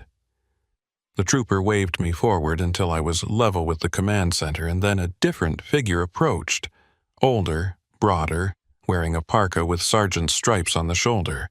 He climbed up onto my running board so we could talk without shouting. "I'm Sergeant Kilmartin," he said. His face was weathered, lined with age and experience, and his eyes were sharp despite the exhaustion around them. "Trooper Moss says you're asking about Quincy Drummond." "Yes, sir. He weighed my truck this afternoon at the Marias Pass station, flagged it for a weight discrepancy. I need to talk to him about—" "Quincy Drummond didn't weigh any trucks this afternoon," Kilmartin said. "He's been in the hospital in Kalispell since last Tuesday. Pneumonia. He's on a ventilator." The world tilted. I gripped the steering wheel to steady myself. "That's impossible. I talked to him." He inspected my load, checked my seals, gave me a weight receipt. His name was on the uniform, Q. Drummond, weighmaster. Kilmartin's expression went very still. "You talked to someone at the weigh station this afternoon?" "Yes, around 3:30, maybe 4 o'clock. "What did he look like?" I described him as best I could. Mid-50s, broad shoulders, the weathered face and careful movements of a career DOT employee. Kilmartin listened without interrupting, and when I finished, he pulled out his phone and showed me a photograph. This him? It was Drummond. Exactly as I'd seen him, down to the way his uniform fit and the expression in his eyes. Yes, that's him. Kilmartin put the phone away. His jaw was tight, and when he spoke, his voice was carefully controlled. Quincy Drummond has been in the ICU for 6 days. He's been unconscious the entire time. There's no way you talk to him this afternoon. I felt like the ground was dropping away beneath me. Then, who did I talk to? That's what I'm trying to figure out. Kilmartin pulled a notebook from his pocket and flipped it open. The way station has been closed since last Tuesday, when Drummond collapsed on duty. We've had it locked down, no one in or out except our investigators. But you're the 4th driver in the last week to report stopping there and being weighed by someone claiming to be Drummond. 4th? Yeah? And all 4 of you were flagged for weight discrepancies. All 4 were told your loads didn't match your manifests. He looked at me hard. 3 of those drivers are missing. Their trucks were found abandoned on the pass. No signs of struggle, no indication of where they went. You're the first one we've actually been able to locate and talk to. The abandoned trucks, the missing drivers, it was all connected, all part of the same pattern. Someone, or something, was using the way station, using Drummond's identity to flag certain trucks. But why? What was the purpose? What about the loads? I asked. The trucks that were abandoned, were their loads intact? Kilmartin hesitated. That's the strange part. 2 of them had empty trailers, completely empty, like they'd been offloaded somewhere between the way station and where we found them. But the seals were intact, the doors were locked, and there was no sign of any cargo ever having been in there. Empty trailers, intact seals, just like mine would have been if someone had removed the counterweight I was supposedly hauling. I thought about the shifted load, the way the weight distribution had changed even though nothing had been removed. What if the counterweight hadn't been physical? What if it was something else? Something that didn't show up on a scale but still had mass, still had presence. Sergeant, I said slowly, what if the loads weren't stolen? What if they were never there in the first place? What do you mean? I mean, what if someone's been sending trucks over Mariah's Pass with fake manifests, claiming they're hauling cargo when they're actually hauling something else? Or nothing at all? And what if the way station, the real way station or whatever's operating there now, is the checkpoint, the place where it gets verified? Kilmartin was quiet for a moment. Then, and if the weight doesn't match, if the balance is wrong, something happens to the driver. Not just the driver. Something gets released. Something that was being held in place by the counterweight. I told him about the phone call, about the dispatcher telling me I wasn't hauling drilling equipment, that the load was designed to balance something else. I told him about the white truck at the truck stop, about the panels bulging and tearing, about the figure with no face. Kilmartin listened to all of it, his expression growing darker with every detail.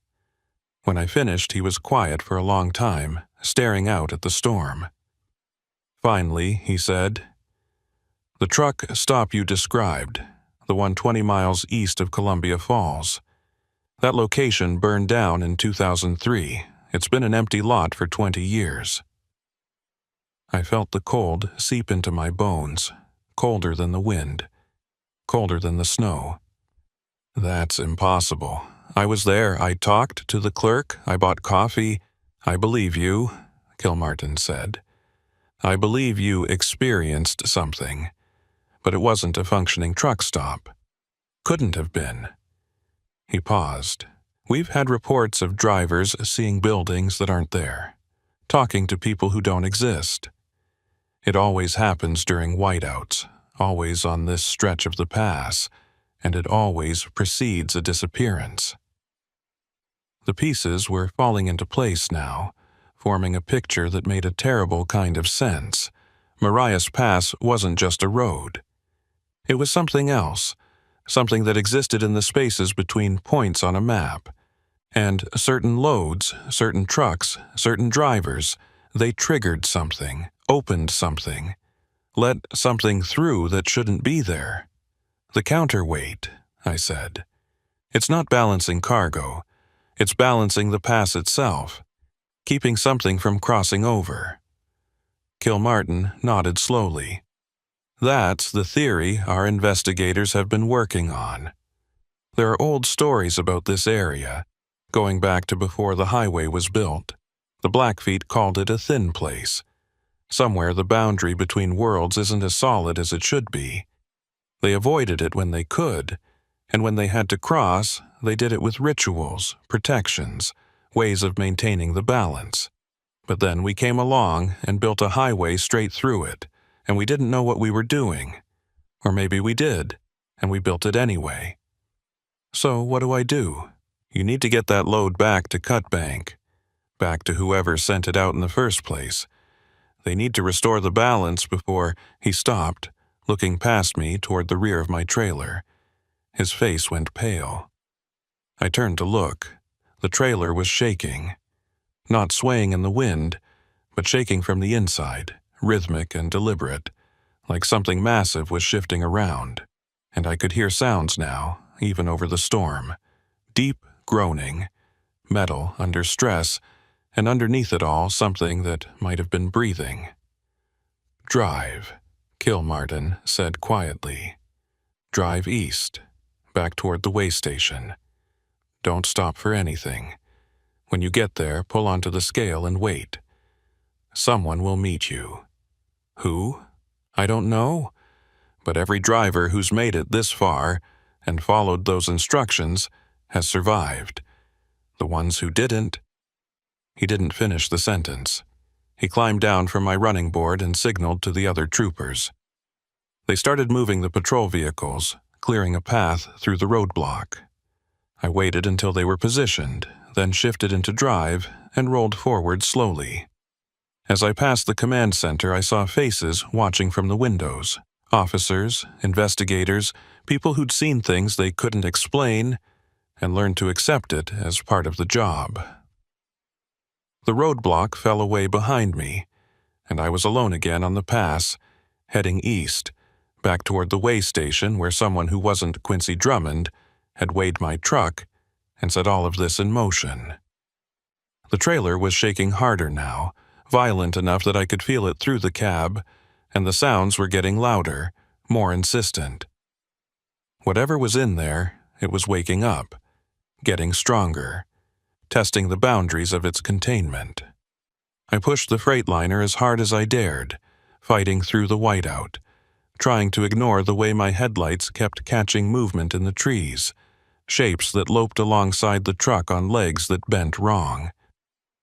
The CB was screaming static again, and under it I could hear those voices, hundreds of them, thousands maybe, all speaking in languages I didn't recognize but somehow understood.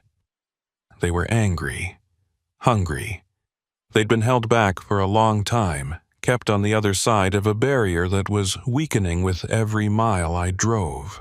Around what I thought was mile marker 198, near where I'd found the dead woman, I saw lights ahead. Not emergency lights this time, just regular lights, warm and steady, cutting through the storm. The way station. I'd made it back. I rolled closer and saw the booth, the scale platform, the inspection bay, all exactly as they'd been this afternoon when I'd stopped here the first time. And standing in the booth, visible through the window, was Quincy Drummond, or something wearing his shape. It turned as I approached, and I could see its face clearly now. The features were right, the weathered skin, the careful eyes, the expression of someone who'd seen it all and wasn't impressed. But there was something underneath. something that showed through in moments when the light hit at the wrong angle. A darkness, an absence.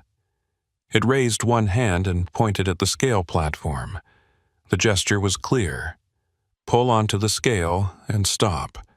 I did what I was told. Rolled the Freightliner onto the platform, put it in neutral, engaged the parking brake. The trailer was shaking so violently now that the whole rig was rocking on its suspension, and I could hear metal tearing, seals breaking, the sounds of containment failing. Whatever was in there, it was about to get out. The thing wearing Drummond's face walked out of the booth and approached my cab. It moved with perfect human mechanics, nothing obviously wrong, but I could feel the wrongness radiating off it like heat. It stopped beside my door and looked up at me through the window, and for just a second I saw the real Quincy Drummond behind its eyes, trapped, screaming, begging for help that would never come. Then the moment passed, and the thing smiled.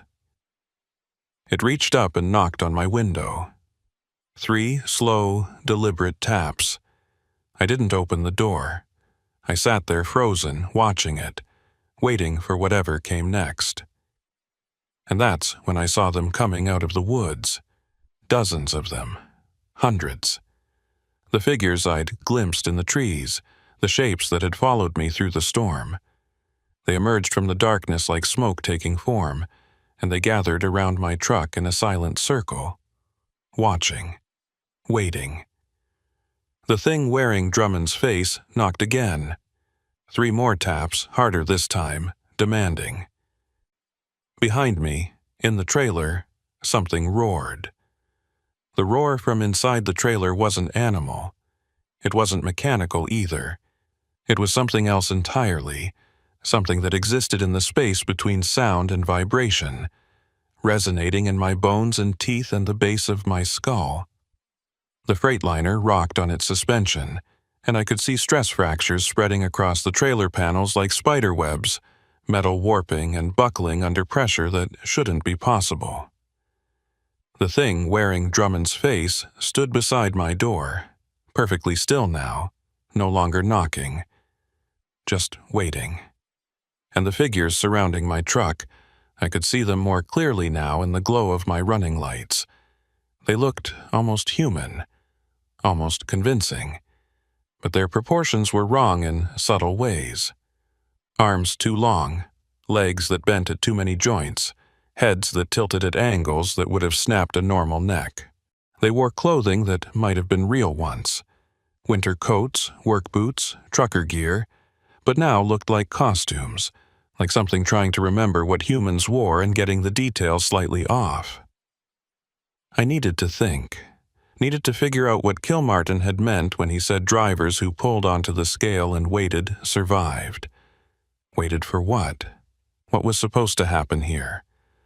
Was someone coming to help me, or was this just a holding pattern? A way to keep me in place while whatever was in my trailer finished breaking free? The scale readout mounted on a pole beside the booth flickered to life, and I watched the numbers climb.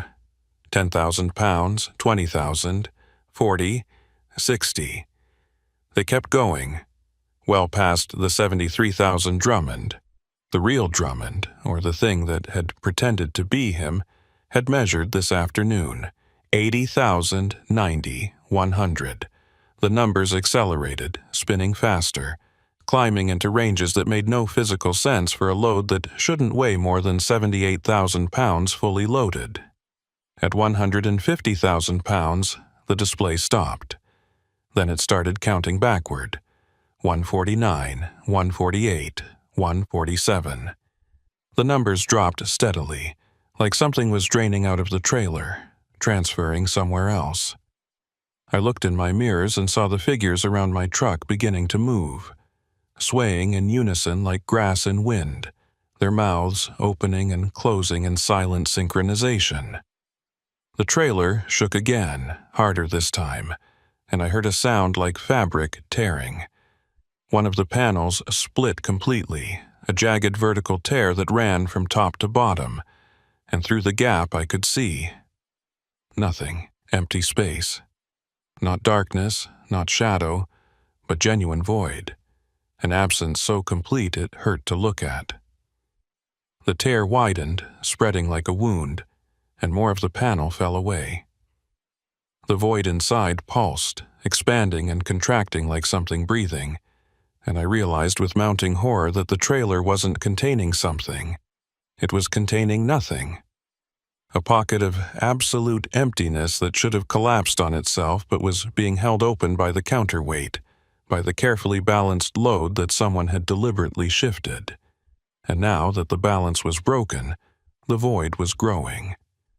The scale readout hit 0 and kept going, -10,000, -20. The Freightliner lifted slightly off the scale platform, suspension extending as if the truck was becoming lighter, shedding mass it shouldn't be able to shed. I gripped the wheel, feeling vertigo wash over me, the sensation of weight leaving my body like water draining from a tub. The thing wearing Drummond's face turned toward the trailer, and I saw its expression shift. The human mask slipped for just a moment, revealing something underneath that I couldn't properly process. Too many angles, too many surfaces, geometry that didn't follow rules I understood. It raised both hands, palms out, and the figures around my truck did the same. Hundreds of hands raised in perfect unison, and they started to speak. Not English, not any language I recognized, but I understood it anyway, the same way I had understood the voices on the CB. They were chanting, reciting something that felt older than the mountains, older than the road, older than the concept of roads themselves. A formula, a binding. Words that had weight and purpose and the power to hold back what shouldn't be held. The void in my trailer pulsed again, and something emerged from it. Not out exactly, more like through, like it was pushing against a membrane that separated here from somewhere else. I saw an appendage, or what might have been an appendage, something that looked like it was made of condensed static and broken light. It groped blindly, searching, finding the torn panel and pulling. The metal shrieked and peeled away like foil. The scale readout continued dropping. -50,000, -75. The Freightliner was fully airborne now, hovering 6 inches above the platform, and I could feel the weightlessness in my stomach, the disorienting sensation of falling upward. My tools rattled in their compartments. Loose change floated up from the cup holder. The CB mic drifted past my face, cord stretching taut. More of the trailer tore away. The void was clearly visible now, a spherical absence maybe 8 feet across, perfectly smooth, reflecting nothing because there was nothing to reflect. And surrounding it, holding it in place like hands around a fragile egg, were threads of light so faint I could barely see them. The counterweight. The drilling equipment wasn't just ballast, it was anchor points, each piece positioned precisely to maintain tension on those threads, to keep the void from expanding beyond its boundaries. But the balance had shifted. The threads were slack on one side, taut on the other, and the void was stretching, elongating, testing its limits. The figures chanting grew louder, more urgent, and I felt the air pressure change. A sudden, crushing weight that drove the Freightliner back down onto the scale platform with enough force to bottom out the suspension. The scale readout flickered, jumped to positive numbers briefly, then dropped back into negatives. Whatever they were doing, it wasn't working. Or it wasn't working fast enough. I needed to do something. Couldn't just sit here watching reality tear apart in my trailer while entities wearing human faces tried to patch it back together. Kill Martin had said to wait, that someone would meet me, but I'd been here for, I checked the clock on the dash, 18 minutes. 18 minutes of watching the void grow. Watching my truck defy physics. Watching the storm outside intensify to levels that made the earlier whiteout look tame by comparison. Then I remembered something the dispatcher had said during that brief phone call before the line went dead. The load you picked up in Cut Bank is a counterweight. It's designed to balance something else. Designed. Not accidentally balanced, not coincidentally positioned. Someone had engineered this, had calculated the exact weight and placement needed to contain the void, and that meant someone knew how to fix it. I grabbed my phone. Battery at 2%, no signal, and pulled up my photos. I'd taken pictures of the manifest back at the way station, when I'd first noticed the weight discrepancy, thinking I might need documentation. I scrolled through them frantically, looking for anything that might help, any clue buried in the paperwork. There, at the bottom of the shipper's weight certificate, below the official stamps and signature, was a handwritten note in pencil, almost too faint to read. Restore protocol. Reverse load sequence. Maintain 12 degrees offset. Verify anchor tension before release. Reverse load sequence.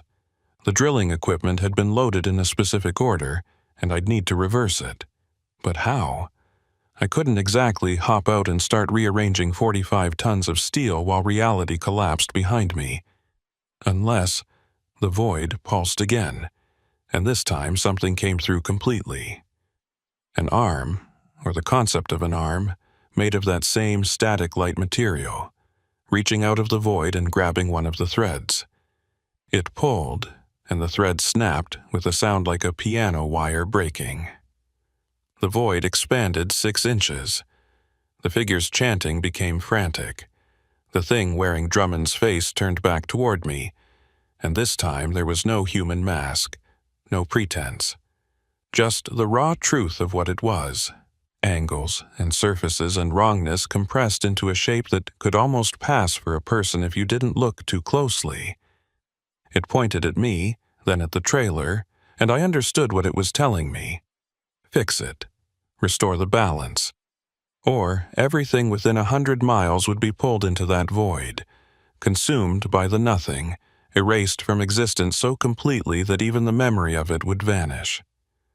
I couldn't reverse the load sequence from the cab, but I could shift the weight. The Freightliner had air suspension, computer-controlled, designed to adjust pressure in individual airbags to level the load. If I could access the suspension controls, maybe I could redistribute the weight, restore some of the original balance even if I couldn't fix it completely. I popped the panel under the dash that housed the suspension computer. Wires and circuit boards, color-coded and labeled, accessible for roadside repairs. I'd worked on this system before, knew the basics, could manually override the auto-leveling to adjust individual corners. I started pulling connectors, swapping them, watching the dashboard indicators flicker as the suspension responded. The Freightliner tilted, the front end rising as I increased pressure in the forward airbags and decreased it in the rear. The trailer followed, angling upward, and I heard the load shifting inside. Steel casings sliding, pipe sections rolling, the entire mass of the counterweight moving backward. The void pulsed, contracted slightly, and one of the broken threads reconnected with a flash of light. I kept adjusting, trial and error, making changes and watching for results, trying to visualize how the weight distribution would affect the tension on those threads. Another thread reconnected, then another. The void was shrinking, pulling back into itself, retreating from the tiers it had created in the trailer panels. But I'd made a mistake. I'd shifted too much weight too fast, and now the rear axles were overloaded, sinking under pressure they weren't designed to handle. I heard the steel groan, felt the whole rig shudder as something in the suspension gave way. The trailer dropped 6 inches on the passenger side, jackknifing slightly, and the sudden shift sent the load sliding in the wrong direction. The threads snapped all at once, dozens of them breaking simultaneously, and the void exploded outward. It doubled in size, tripled, filling the entire trailer in seconds, and starting to eat through the remaining panels. The Freightliner was lifted off the scale again, spinning slowly, and through the windows I could see the figures being pulled toward the void, their bodies stretching and distorting as they were drawn into the nothing. The thing that had been Drummond grabbed my door handle and wrenched it open. Metal screamed, and the door tore completely off its hinges, flying away into the storm. Wind and snow blasted into the cab, and the temperature dropped so fast I could see my breath crystallizing in the air. The thing reached for me, its hand, if it was a hand, closing around my jacket and pulling me toward the door. I grabbed the steering wheel with both hands and held on, my fingers going numb, my arms screaming with the effort.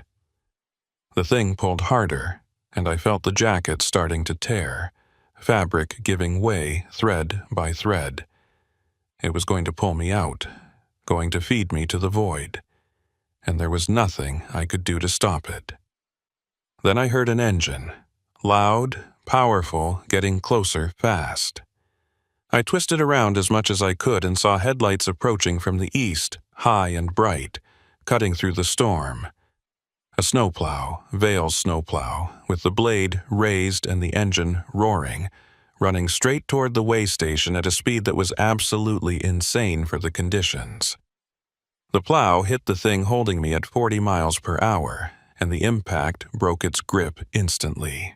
I fell back into the cab, gasping, as the thing was thrown clear, its body, if it had a body, crumpling against the scale booth.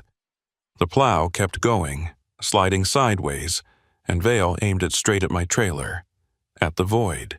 He hit it blade first, and the sound was indescribable.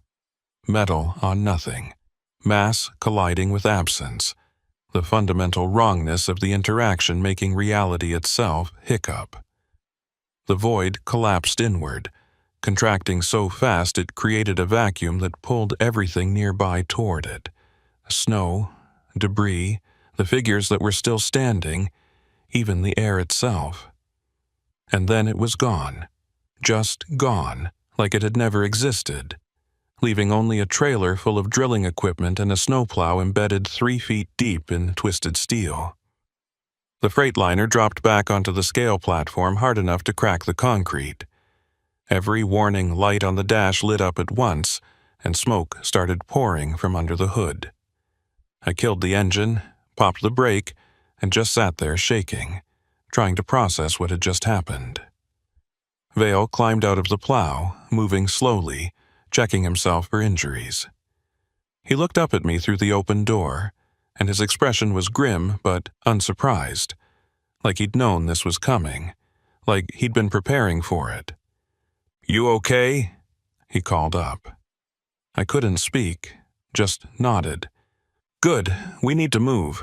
This place isn't safe, and we don't have much time before—" He stopped, looking past me toward the scale booth. His face went pale. "Christ! Get out! Get out now!" I looked where he was looking and saw it. The thing that had worn Drummond's face was standing up, reforming, pulling itself back together from the impact. And it wasn't alone. More of them were emerging from the woods, from the storm, from places that shouldn't have had enough room to hide anything. Dozens, maybe hundreds, all converging on the way station. I climbed down from the cab, my legs barely supporting my weight, and Vale grabbed my arm. "My truck, now!" We ran to the plow, climbed into the cab, and Vale fired up the engine. He threw it into reverse, tore the blade free from my trailer, and spun the truck around in a tight circle that left deep gouges in the snow. Then he floored it, heading east, back towards the summit, driving with the kind of reckless abandon that would have gotten him fired under normal circumstances. "What the hell are you doing?" I shouted over the engine noise. "Getting us out of here before they realize we're gone. That way station's a focal point, a weak spot where the barrier's already thin. What you did, shifting the load, breaking the counterweight, you didn't just release what was in your trailer, you opened a door, and now everything on the other side knows it's there. So, where are we going? Cut bank. Back to whoever sent you out with that load in the first place. They're the only ones who can close this properly." We drove in silence for several minutes, the plow's headlights barely penetrating the storm. Behind us, through the rear window, I could see lights, Not normal lights, but the cold blue glow of the figures, dozens of them following us, keeping pace despite the plow's speed. "Those things," I said. "What are they?" "Don't know. Don't want to know." "The old stories, the ones the Blackfeet tell. They call them the Hollow Ones.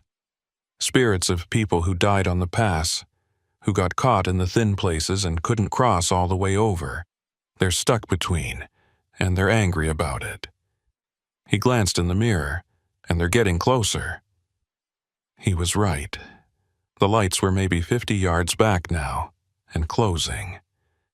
I could see shapes in the snow, running alongside the plow with inhuman speed, their forms flickering and shifting like they couldn't quite hold together in this reality. Vale pushed the plow harder, coaxing more speed out of an engine that was already screaming in protest. We crested a rise and started down the other side, and that's when I saw them ahead of us too. More lights. More figures. They were surrounding us, cutting off our escape route, herding us toward what? What did they want? "Hold on," Vale said, and cranked the wheel hard right. The plow left the road entirely, plunging into deep snow, bouncing over hidden rocks and fallen trees. We were heading straight for the forest, for terrain that no vehicle this size should be able to navigate. But Vale didn't slow down. He just kept driving, using the blade like a battering ram, smashing through obstacles that would have stopped us cold under normal circumstances. Behind us, the figures poured onto the road, congregating where we'd turned off, but they didn't follow into the forest. They just stood there, watching, and I got the sense that they couldn't follow, that there were rules, boundaries they couldn't cross, and we'd just found one. Vale kept driving until we emerged onto a different road, a narrow Forest Service track that wound through dense pines and eventually connected back to Route 2, several miles east of the way station. He pulled onto it and finally slowed down, letting the engine cool, his hands shaking on the wheel. "You know how to reach your dispatcher?" he asked. I checked my phone. Still no signal, but the battery was somehow back up to 40%. Impossible, but I'd stopped questioning impossible about an hour ago. "I can try. Do it. Tell them we're coming in, and tell them to have someone ready to receive that load properly. The counterweight's broken, but the anchor points are still intact. If they can reposition the drilling equipment fast enough, they might be able to stabilize things before the void reforms." I made the call. It connected on the first ring, and this time it was a woman's voice, older, calm, with the kind of authority that came from years of handling situations exactly like this. "This is Bridger Drilling Crisis Management. Identify yourself." "Burl Tatham. I'm the driver on load, BDG 4721. The counterweight failed and we know. We've been monitoring." "Are you with Orson Vale?" "Yes." "Good." He knows the protocols. "Get to the Cutbank Depot, loading bay 3. We'll have a team ready. Do not stop for any reason. Do not deviate from Route 2, and do not respond to any transmissions that claim to be from us. We'll contact you when you're within 10 miles. Understood?" "Understood." The line went dead. I looked at Vale. "They're expecting us." He nodded and pulled back onto Route 2, heading east through the storm. The drive to Cutbank took 3 hours, 3 of the longest hours of my life. Watching for lights in the mirrors, listening for voices on the CB, jumping at every sound and shadow. But nothing followed us. The storm eventually broke, visibility improved, and by the time we rolled into Cutbank just after midnight, it felt almost normal. Almost. The depot was lit up like a prison yard, floodlights on every building, armed security at the gates, and a team of technicians in hazmat suits waiting by loading bay 3. They directed Vale to park the plow, then swarmed my Freightliner, disconnecting the trailer with practiced efficiency and towing it into the bay. Through the open door, I could see equipment I didn't recognize. Massive industrial scales, computer arrays, things that looked like they belonged in a physics lab rather than a trucking depot. A woman in a white coat approached, mid-50s, steel-gray hair pulled back in a tight bun, eyes that had seen things and learned not to flinch. "Mr. Tatham, I'm Dr. Corrigan. I need you to answer some questions." I spent the next hour being debriefed, telling her everything that had happened from the moment I left Cut Bank that morning until Vale pulled me out of the way station. She listened without interrupting, occasionally making notes on a tablet, and when I finished she was quiet for a long moment. "The void you described," she said finally, "did it appear to have any structure? Any pattern to how it expanded?" "It pulsed, like breathing. And there were threads, really thin lines of light, holding it in place." She nodded, like I'd confirmed something she already suspected. "Those were containment filaments. The counterweight maintains them through quantum entanglement. Don't ask me to explain the physics, I barely understand it myself. What matters is that when you shifted the load, when you broke the balance, you destabilized the entanglement and the filament snapped. The void started expanding into normal space, and if Vale hadn't collapsed it when he did..." She trailed off. "What would have happened? Best case scenario? Everything within 20 miles gets pulled into a pocket dimension where physics doesn't work the same way. Worst case? The void keeps expanding until it reaches critical mass and collapses into a genuine singularity. Black hole, right here in Montana." I felt sick. "And you people knew this was possible? You've been sending trucks over Marias Pass with these things in the trailers." "Not things. Plural is incorrect. There's only one void, and it's stationary. The pass itself, specifically the area around the summit, sits on top of it. We don't fully understand why, but the geological surveys show massive gravitational anomalies, quantum fluctuations, all the hallmarks of a weak point in space-time. The highway construction in the 1920s must have disturbed something, created a tear, and it's been growing ever since. So the counterweights are temporary measures. We send them through periodically to measure the void's expansion rate and reinforce the containment. Usually, it's automated, remote-operated equipment that doesn't require human drivers.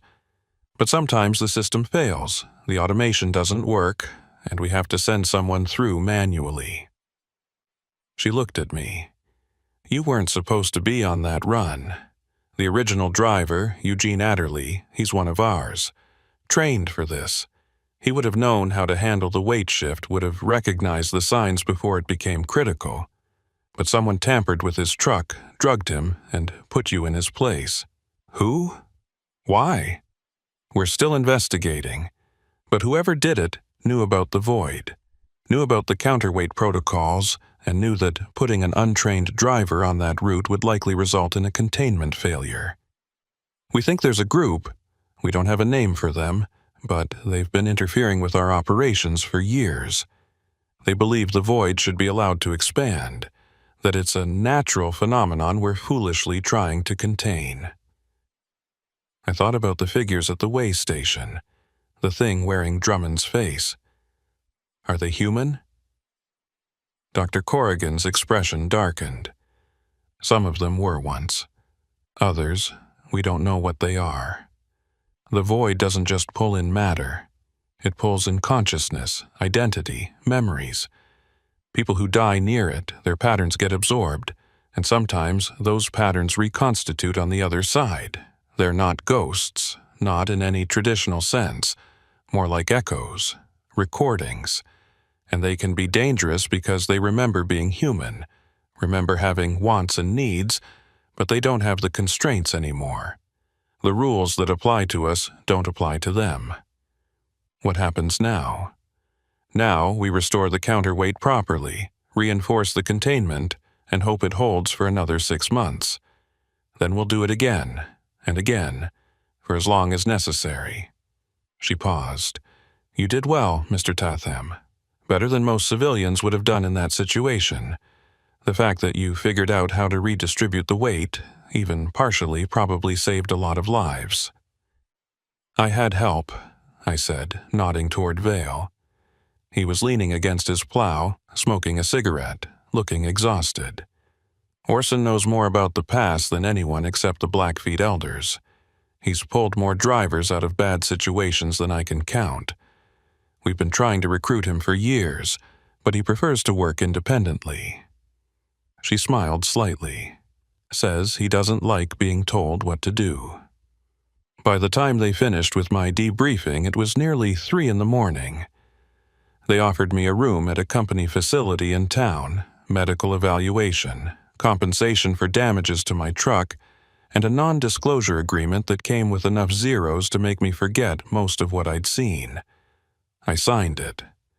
Not because of the money, but because I knew nobody would believe me anyway. Who would? Dead women standing on highways, voids that eat reality, figures wearing human faces like masks. It sounded insane even to me, and I'd lived through it. They released me around dawn. My freightliner was totaled. The suspension damage from the weight shifts had cracked the frame in 3 places, and the trailer was a complete loss.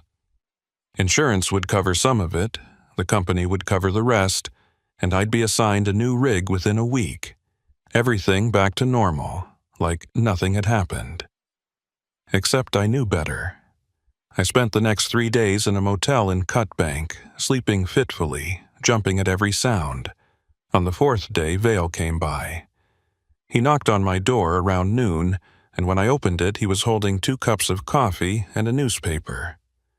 "Thought you might want to see this," he said, handing me the paper.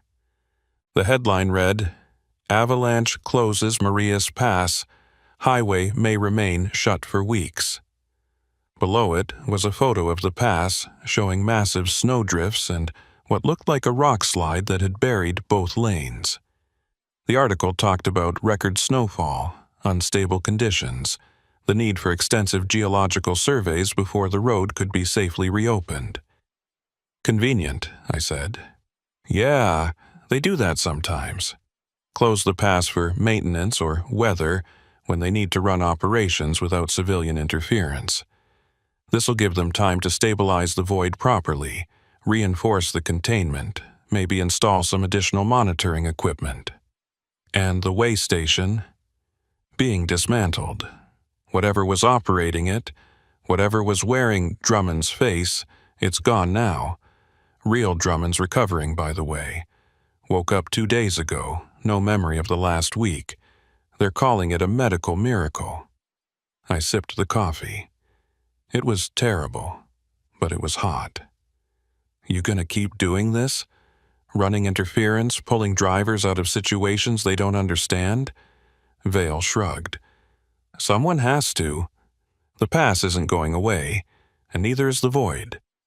Long as there's a road through there, there's gonna be incidents. Might as well be someone who knows what they're dealing with. You ever think about just closing the road permanently? Routing traffic around it? Been suggested. Gets rejected every time. Too much money invested in the infrastructure, too many communities that depend on the through traffic. And besides, closing it doesn't solve the problem. Just means nobody's watching when things go wrong." He finished his coffee and stood up. "You gonna keep driving?" I'd been asking myself the same question for 3 days. The smart thing would be to quit.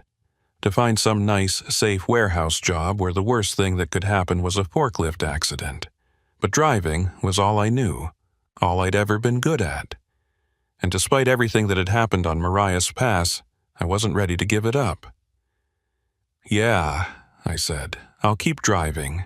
Just not through Montana for a while." Vale smiled. "Can't say I blame you, but if you ever need anything, you've got my number." He handed me a business card, plain white, just a name and phone number, nothing else. Day or night, I mean it. I took the card and he left. I sat there for a while, looking at it, then tucked it into my wallet behind my CDL, just in case. 2 weeks later, I was back on the road. New rig, new routes, staying south of I-90 and east of the Rockies. I told myself I was just being cautious, avoiding winter weather, taking loads with better pay. But I knew the real reason. I wasn't ready to go back to the mountains. Wasn't ready to risk encountering another thin place, another void, another situation where the rules stopped making sense. But 3 months after that, I got a call from dispatch. Special load, they said. High priority, excellent pay, and they specifically requested me by name. The pickup was in Great Falls, the delivery in Kalispell. The route went straight through Marias Pass. I should have said no. Should have turned it down flat. Told them to find someone else, anyone else. But the thing about Marias Pass, the thing Dr. Corrigan and Vale had both tried to explain, but I hadn't really understood until that moment, is that once you've been there, once you've seen what's underneath the road, it doesn't let you go completely. There's a connection, a thread, a hook buried deep that pulls you back eventually. I took the load. The drive to Great Falls took 2 days. I picked up the equipment, more drilling gear, same client, same type of manifest as before, and headed west on Route 2. The pass had been reopened for 6 weeks, all repairs completed, roads cleared, official statements declaring it safe for travel. I'd monitored the news, hadn't seen any reports of incidents or disappearances. Everything normal. But as I approached the way station, rebuilt, repainted, with a new waymaster whose name wasn't Drummond, I felt the familiar tightening in my chest, the sense that I was crossing a threshold into somewhere that played by different rules. The waymaster was young, maybe 30, with tired eyes and a mechanical efficiency that suggested he'd been thoroughly briefed on what not to notice.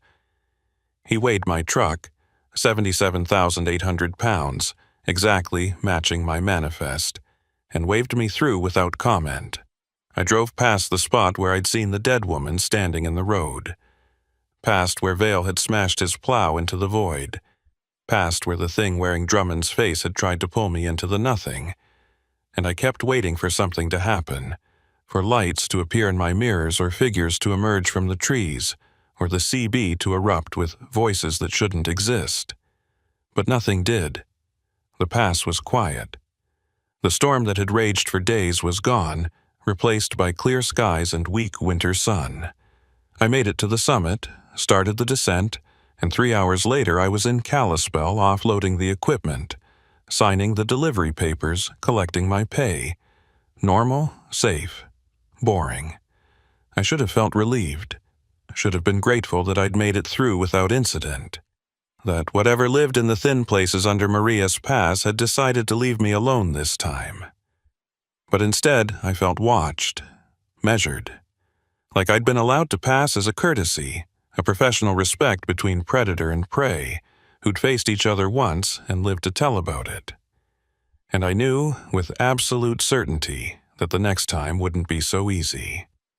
I still drive that route sometimes. Not often, but occasionally, when the money's right, or the scheduling works out, or I just need to prove to myself that I'm not afraid. And every time I approach the pass, I check my mirrors more carefully than usual. I monitor the CB more closely. I keep Vale's card in my wallet, and Dr. Corrigan's emergency number programmed into my phone. Because the void is still there. The thin places are still thin, and the things that live in between worlds are still waiting, watching, learning. The balance holds, for now. But I've seen what happens when it breaks, and I know that eventually, inevitably, it will break again.